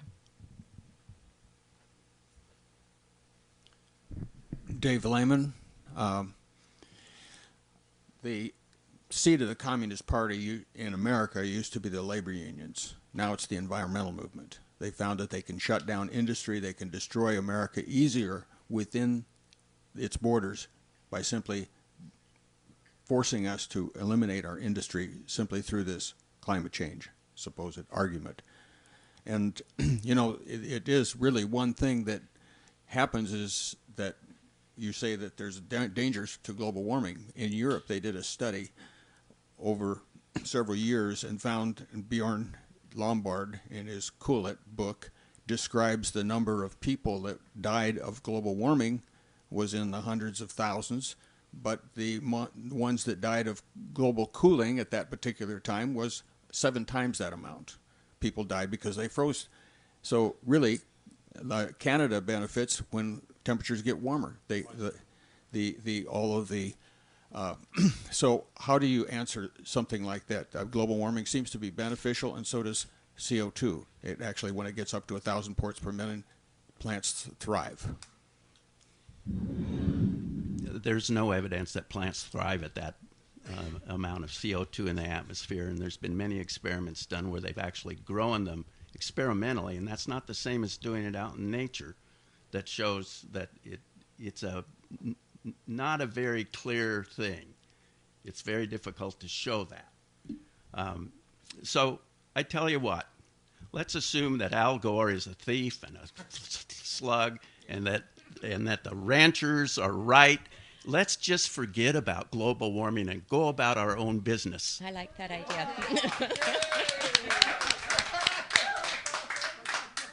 But sooner or later, it's going to come back to bite you in the butt, because it is happening. We know it's happening because of the emissions. And I don't sit up here talking to you about these things because I have a great deep belief in it. I accept it, as I said. I am worried about my grandchildren. I can see that they're going to have a tougher life in one way or another than I've had. And that really I find appalling. So I would hope that you would listen to the science and then draw conclusions from that about what to do. I agree. I think your grandchildren are going to have a very difficult time. We used to be Americans in this country. You can build your home, you can build a business, you can better the future of other people. But under this agenda, the 2030 agenda, which is based on climate change and global warming, and creating a global pact, all countries are supposed to come to New York on April 22nd, which is Marxist Lenin, Vladimir Lenin's birthday, to sign a treaty, to sign a global climate action plan called the 2030 Agenda, and also the Paris Accord. The 2030 Agenda is already a done deal. So here are some of their goals. It might sound really cool, but when you look at them and you start studying them, target 2.5 by the year 2020, 4 years from now. Maintain the genetic diversity of seeds, cultivated plants, and farmed and domesticated animals and the related wild species. This is genetically modified organisms. So we talk about how GMOs are so bad. This plan is not a plan about saving the planet. It's about controlling, monitoring, and surveilling all human activity based on what they say is climate change. Okay, so what we're going to do now is have one last question, and then we're going to go into an improvised discussion between the two sides, which we have not had tonight. So that way you can interlace, each other. One last question, and then we'll go right into the discussion between the both sides for 5 minutes, okay? Here we go. Vincent Wetzel, I actually wanted to ask the ladies a question because no one's really been attacking you all night. I actually agree with you guys that global warming is not a concern. But my question is carbon a concern? Because if you look at the Amazon basin, there was a study done recently that the lifespan of trees was decreasing by 1/3 in the Amazon basin. And these trees, although as you said earlier, carbon helps plants to grow faster, it's also killing them faster. So in a way, it's comparable to, what is it, foie gras or something, where you stuff food into an animal in order to grow it really fast. I mean, the same sort of thing's happening. So do you consider carbon to be a problem? I don't consider carbon to be a problem. And I think I want to correct something here. We do have concern. To dismiss us as dismissives is really irresponsible. It's reckless to say that. Do we care about the environment? Absolutely. Do we think that we should be the best stewards of the land? Absolutely. Are we concerned about man-made climate change? Yeah, but not in the same way you're thinking about it. I'm concerned about Stanford teaching geoengineering. I'm concerned about cloud seeding and putting all kinds of chemicals in the clouds to offset the sun's rays. I'm concerned about those things. I'm concerned about man manipulating the environment and the impact it is having on our plants and our trees, on our water, clean, healthy water. We are concerned about all those things. We're concerned about GMO. We're concerned about our common future based on the United Nations. We have great concern about the environment and the future. Why we speak out is because we believe there should be a balance between man and nature. Not nature over human beings, but a partnership.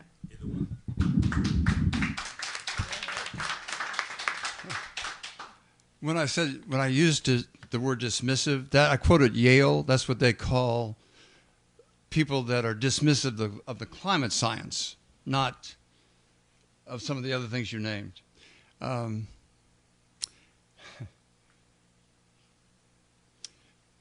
See, I have a concern for the social cost of burning fossil fuel in addition to CO2. But CO2 in warming the planet is the big one. If you're still out there and still have some doubts, I hope you guys would invite us back to Talk to Science and just let Jere do a real presentation with slides. If you track the CO2 in the atmosphere along with the temperatures, they go hand in hand. And there's thousands of, I've offered $1,000 to any number of people if they'll bring me a book that argues a different science, a book that's footnoted, and tells a science story that's different than this story. And I'd be happy to look at it. I'm impressed that she wrote a book, I got to tell you. Okay, guys, now gloves are off, so go for 10? Okay, 10 and then a quick summary. So 10 minutes, guys. Try to be polite and gentle. No quaaludes allowed here at all, so just you're on your own, and let's hear it. I think they 10 start minutes. first. Since we started in the beginning, I think. It's just a discussion, so you're Okay. Sure, Dave, come on up. Here's my question. So we can accept the fact that man is polluting the environment. I mean, we should all agree about that. I mean, you see pictures from China, you don't see anything beautiful that once was there. So let's agree that man is having a detrimental impact on the environment. That's okay. We can believe that. But here's the problem. With that belief, both sides are concerned about the agenda that's being asserted to either remedy the problem or rectify the problem or remove the problem completely or return the world to its original state through rewilding. So here's the discussion. What do you think about the fact that not only is the science attached to a phenomena, but that there's a political agenda that's attached to your views and the others as well? So that's the question. If you don't mind, I will go first. Age over beauty. I think we win on both. I am. I'm going to restrict this for 30 seconds aside so we can have some discussion. Oh, okay. I would just like to thank you for mentioning there is an agenda. And I definitely believe that. And that's why I wrote this book, California Water Crisis, Do You Smell a Fish? There's definitely an agenda even involved in this water crisis. And I believe it is a political agenda. And when you realize all the politics that are involved with carbon credit trading, with everything that we've been discussing tonight, what we call global warming, climate change, it is massive politics involved. And these people are benefiting in a great amount through controlling our lives, amazing regulations, fees put on us, and it is a big cash cow for them. It's I never talk to deniers. I've been door to door in Newport Beach, knocking on doors to sort of do a survey and sort of an experiment to see what people believe. And the vast majority of people in my neighborhood in Newport Beach, pretty wealthy area, believe climate change is real, caused by man. We should do something about it. The hardest door to get away from when I start these conversations is the person that disagrees with it, the person that's like these two ladies. I believe their sincerity is 100%. I don't believe there's anything they're saying that's disingenuous. But when I started looking at climate change, I didn't believe it. Back in the 80s when they said we were changing the climate, how could that be? I just said a minute ago that we do believe that man is manipulating the environment. There is no doubt about that. Wait. What's going on here? They're just swapping. I'm part of the team. I'm going to do the next round. You're the same organization. Is that all right with you, Debbie? You guys, come on. It's not personal. It's the same arguments. Maybe he'll be stupid. Let him talk. It's 3 against 2. It's all right. And you know, Very it's interesting. okay. Well, you know what? Everybody just watching Hold on for a second. can see what. We always have odd sets. Occasionally, sometimes we'll have 1 against 2, 2 against 3. So for this particular forum, this is all right. I apologize, Debbie, that I did not. Actually, I didn't know it myself. So we're just going to go with the flow. It's going to be the same arguments, same discussion. So you're not going to be sprung on any type of, 100 IQ, 180 IQ person here to spring on you. Okay, so let's start over.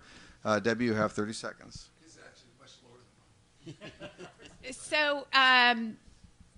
So we are not denying that man tries to manipulate and control. What we are saying is, or what I'm saying, is that I don't believe that global warming, anthropogenic global warming, your use of your car, is causing this supposed fragile planet to die. I don't believe that. I think this planet has gone through lots of changes over, 10 million years? And how far? How many? 4.5 billion. Oh, see, even more than that. He agrees that the planet has gone through many, many changes. Hi, I'm Craig Preston. I'm the co-founder with Mark of our group, and he had asked me to try to make the final statement, so that's what I was asked to come up here and just do these. But I think what I'll just try to do is share that there's a lot of agreement here in terms of we both care. You can see the passion. We passion on our side, passion on their side. It's almost offensive to call it them and us, because we all believe and we want to make America better. And so I just wanted to share, and somebody say thank you for your passion. Thank you that you care. And thank you for all coming here tonight. And I appreciate at the beginning you talked about regulations, that we agree in terms of that regulations can do some things. The government's meant to do some things to protect us, but if it gets too heavy, it can ruin business and ruin the economy and do some horrible things. Okay. 30 seconds. Well, as I mentioned, I am a farmer's daughter. I grew up with the concept of conservation. That's what it was called in my day, and then somehow it became environmentalism. Conservation, we still believe that we are wise stewards of this earth, that this earth was created by a loving Heavenly Father, and He gave us, as the highest creation of earth, the right and the obligation to take care of this planet. And that is what I thought my father was doing as this wonderful farmer. I, as his daughter, he called me his farmerette. I thought that's what I was doing, and I still have a passion for taking care of the atmosphere, the universe, and our planet. And that's why we're here. Well said. Another thing that was brought up was the concern for the children. He was even in your slideshow, and I can see you were touched by that, of how they're manipulating some beliefs that would be horrific for the children. We care about the children too, and that we're saying if the science is headed this direction, as was mentioned, Ronald Reagan knew the ozone layer hole could be a problem. The science was a little unsettled, but the risk was huge. And so from a business perspective, he said, let's bring business in and fix this thing so that the risk comes down. And we're glad they did, because later on they found out that it would have been a really horrific thing for the ozone layer to continue to widen. But we're glad that they did take a risk to reduce the risk and move our society towards a low ozone harming way. This is a document called Ecoscience, Population, Resources, and Environment. Paul Ehrlich, Ann Ehrlich, John P. Holdren. John P. Holdren was Obama's science czar. This is what they say we should be doing in the 21st century based on climate change. We should all have what they call an NRU, a natural resource unit. The overall level of environmental impact would be regulated by government, establishment of both total yearly allocations. I didn't read that very well. In other words, the government would redistribute the natural resources units based in the 21st century. But this is what it looks like. Ooh. Pause, hold that, she'll be back. The other thing I want to point out is that it was brought up that this is a myth. And so that's kind of the extreme of this, is if there's nothing going on, there's no warming, that it's all a hoax. The other extreme would be the environmentalists that just say, stop polluting all the time. And so that hurts business, and they're somewhere in the middle. And that's what we're pushing, is the idea of something that Republicans and Democrats can come to the table on and actually have some civil debate about, kind of like what we're having here, but they could do this in Congress and come up with ways to reduce the risk of global warming. That's what we're here. And I want to apologize because scientists aren't trained in speaking to the public. So we're trying to figure out what they're saying and then come and explain it, because the general population doesn't really understand how serious it is. And yet it's horrific. Don't worry. I'm going to have Willie soon out here, and I'm going to have Dr. Ibrahim Marco. They are amazing scientists, and they're coming down to Southern California, and I'm bringing them. I'll let you know about that. Here's what the future looks like.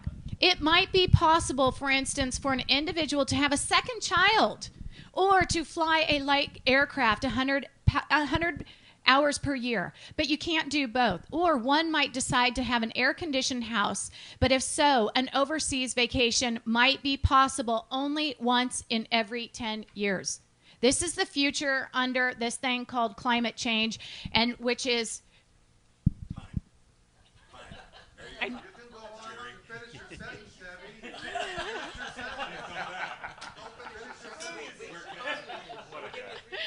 Yeah, I relinquished to half a sentence. We agreed for that back and forth to be a total of 10 minutes. The 10 minutes has expired. I think because of the time on the clock, we need to go with final comments. 5 minutes each side. Use it however you want. 5 minutes, you start. Okay, I think that our two sides are in agreement that the world is not in its greatest shape and that it doesn't look too good for the future. There are different ways to handle it. In my view, the best way to handle the future is to get the science right now so that we can make informed decisions. I don't know if your decisions about the environment are truly the most informed or not. We don't have enough information yet to really guide that future thing. The only thing that I object to really is that you slam us scientists by saying that, for example, if I may quote one of you, that scientists and professors must say, or they're told what they must believe. Not at the University of California, Berkeley. No one ever told me to believe anything. I told them what I found out, and we acted on it. And that's the way I think that our society should do, is get as much evidence as they can about any problem, no matter what it is, whether it's global warming or population or anything else. You have to have a sound basis to make decisions. And to slam the people that do it by calling them criminals, liars, in it for the money, or anything else like that is just counterproductive as hell. Something in our group we talk about is that fear doesn't work very well. We as humans don't operate well under fear, and there's fear of us solving climate change. There's fear that we don't solve a climate change. I try my best to not operate in fear. It's tricky with these topics. And so there's the passion here, but we're trying to move towards something that could work, on both sides could live with, something that would help the economy, that would use the power of the market. And that's where we're trying to come into the middle to bring that to Congress, because the world is waiting for Congress to move. But Congress has waited and waited and waited. Some of it's because some of these arguments keep circulating, even though they've been disproven. They keep coming up. And so we're slowly trying to get Congress on board, and we've moved the needle. 13 Republicans have come on board to say we need to act. They haven't said exactly how we need to act, but we need to act. And we want to bring conservative solutions, liberal solutions to the table and fix this thing so that we do have a future that we can trust and rely on. That businesses can continue to thrive because they can plan on the future. We can put a price on carbon and move that direction. ExxonMobil believes in this. Big companies are on board. We got a great movement going on here. We encourage you to join. CitizensClimateLobby.org, because we can use your help. I had the pleasure of meeting Dr. Jere when I was in Paris. And his area of expertise happens to be carbon dioxide. And he was hired as an IPCC consultant on the third workshop. He did his studies, and he said that he was concerned about what the IPCC panel, the International Panel on Climate Change, was using for their science. Dr. Jere's science was completely disregarded. No one's calling you a criminal or anything like that. My concern as a human being who wants to live a decent life, who cares for the planet, cares for my animals, loves my parents' ranch to death, I do. My concern is that we are being left out of conversations. We are being ignored. It's the experts who get to sit at the table. But not you and me. We get shut down, and this is happening in meetings all over Southern California when it comes to planning. And you see it happening all the time. I do want to be a part of the conversation because I think all of us should be part of the conversation. I believe everyone in this room and everyone out there deserves the truth. You cannot properly plan for the future if you do not know the truth and you do not understand the big picture. You cover the science, but do you know what the bigger picture is? Do you know the regulations that are coming down? Have you heard about behavior change? Have you been to the meetings where they're talking about how we're going to release wolves in the environment so that we can balance the ecosystem? Have you been in the meetings with the on the Klamath River where scientists were fired for questioning the Department of Interior based on climate change, global warming, and whether or not fish can swim 189 miles upstream like they supposedly used to? Let me tell you, fish do not like phosphorus-rich water, which they are saying is caused by climate change. So why would you send fish all the way upstream to phosphorus-rich water if they don't want to be there anyway? Anyway, what's this all about? Our government is on an agenda to remove the Klamath River dams in Northern California, the largest dam removal project in worldwide history. Under the United Nations Global Biodiversity Assessment, dams are unsustainable, and dams must be removed. Most people in California, as we go through this drought, I'm sure would agree that we need more water storage, not less. But that's not what this agenda is about. It's about scarcity. It's about behavior change, and they're saying it's based on climate change.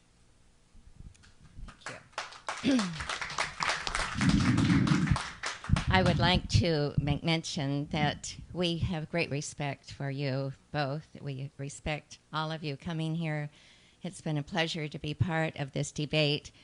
And my friend who made the statement that all scientists are now political scientists, that came from his own experience. And maybe UC Berkeley is different, but I wanted to give you a quote. At the end of this book, I have all sorts of quotations from scientists themselves, and you can see that they really are involved in fear tactics. This is what Emeritus Professor Daniel Botkin, University of California, Santa Barbara, said. The only way to get our society to truly change is to frighten people with the possibility of a catastrophe. I have one quote after another in here of how they are trying to frighten us to go along with this. And that's what they're doing with our children in the public schools.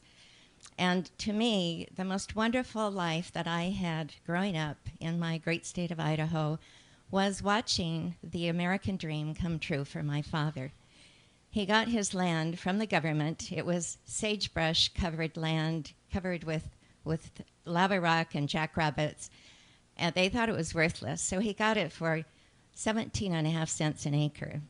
Through hard work, many, many years, finally being able to have enough money to dig a well, that land began to blossom as a rose. At the end of his life, it was worth $2.7 million. And it was a life of freedom. He didn't have all of the regulations that a farmer now has. He had a life where he could truly have freedom to have his American dream come true. That is what I would like for my children and my beautiful little 8 grandchildren. That freedom is what brought people here to the United States, and that freedom is now going so quickly because of regulations and unbelievable restrictions on a science that is really not even proven. So thank you for letting us present our viewpoint. Thank you all for being here. In the adjustment of the time, this side, Jere, you have 2 minutes to make a concluding comment. Would you like to? You want to do one? Well, your side had 2 minutes left over from your 5. So I agree with you about our children. I think that the only way ahead is with education of adults and children about what the science is telling us, and then to sit down and discuss the options. Sit down with you and discuss the options. But we can't sit down with people who are throwing mud at us and have a straightforward discussion. Either we start with some basis, and it has to be the science, or we have nowhere to go. And I'd love to sit down and talk to you about these things and what the alternatives are. I see other alternatives than those that you fear or propose. You know, your alternatives don't matter because you're not in control. It's the you want to say, you can have a comment. You can use a couple of seconds of my last 2 minutes. Well, I could tell you're just waiting. Yeah. Actually, your time had expired. Each side was afforded 5 minutes. Oh. Your side went over their 5. They had taken less than 3, so they had mine. We're actually actually done. Bruce?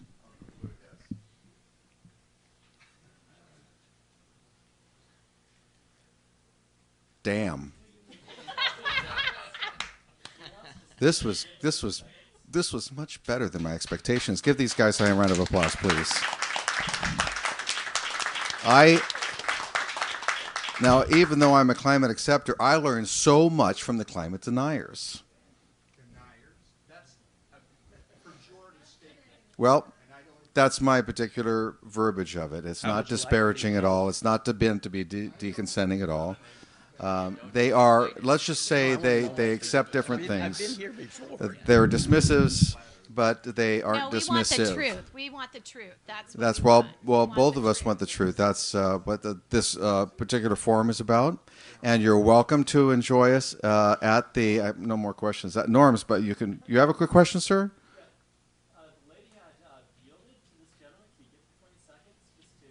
20 seconds. Debbie. I think that they've concluded. Actually, they went over their 5 minutes. Sorry, both moderators say no. Maybe consensus. Yes. Since our future is all about consensus these days, maybe the room consensus says, you know what? Yeah, finish her sentence. Finish your sentence. Damn. And by the way, we had to be out of the church at 9:30. So if you can make your concluding statement, pack up everything, and take it outside within the next 120 seconds, I'd be glad to advocate for you to have that final word. It's just, in all fairness, they came up short on their time, and they were entitled to have 5-minute closing remarks. Got it. You were a fair judge. Thank you for being 20 such a seconds, fair Debbie. judge. Go for it. Debbie, seconds. 20 seconds. We are not in control. By the way, do you guys mind me living on Facebook right now? You can go live on Facebook. It's really cool, and this is based on livestock and fossil fuel byproducts, by the way. Very cool. We are not in control anymore in this country, and that is the problem. We have no standing in this country. And I would love to have standing with you. I would, but we don't. The rules and regulations that are coming up are coming from the United Nations in a plan called Agenda 21, the United Nations Agenda 21 Sustainable Development, and your COGS, your Council of Governments, who you did not vote for. Thank you, Debbie. This is how we do not have control anymore, and we have no say on the regulations that are coming under climate change. This certainly is turning into a discussion Thank that you, could be a Debbie. part 2. Debbie, would you like to join us at Norm's? You're more than welcome to. I'm sure that there'll be going to be some lively discussion. Once again, everybody, let's give these guys a hand. That concludes it. The stream did not work tonight for some strange reason, so I will upload this later. Look for Backyard Skeptics on YouTube, and you'll be able to find it.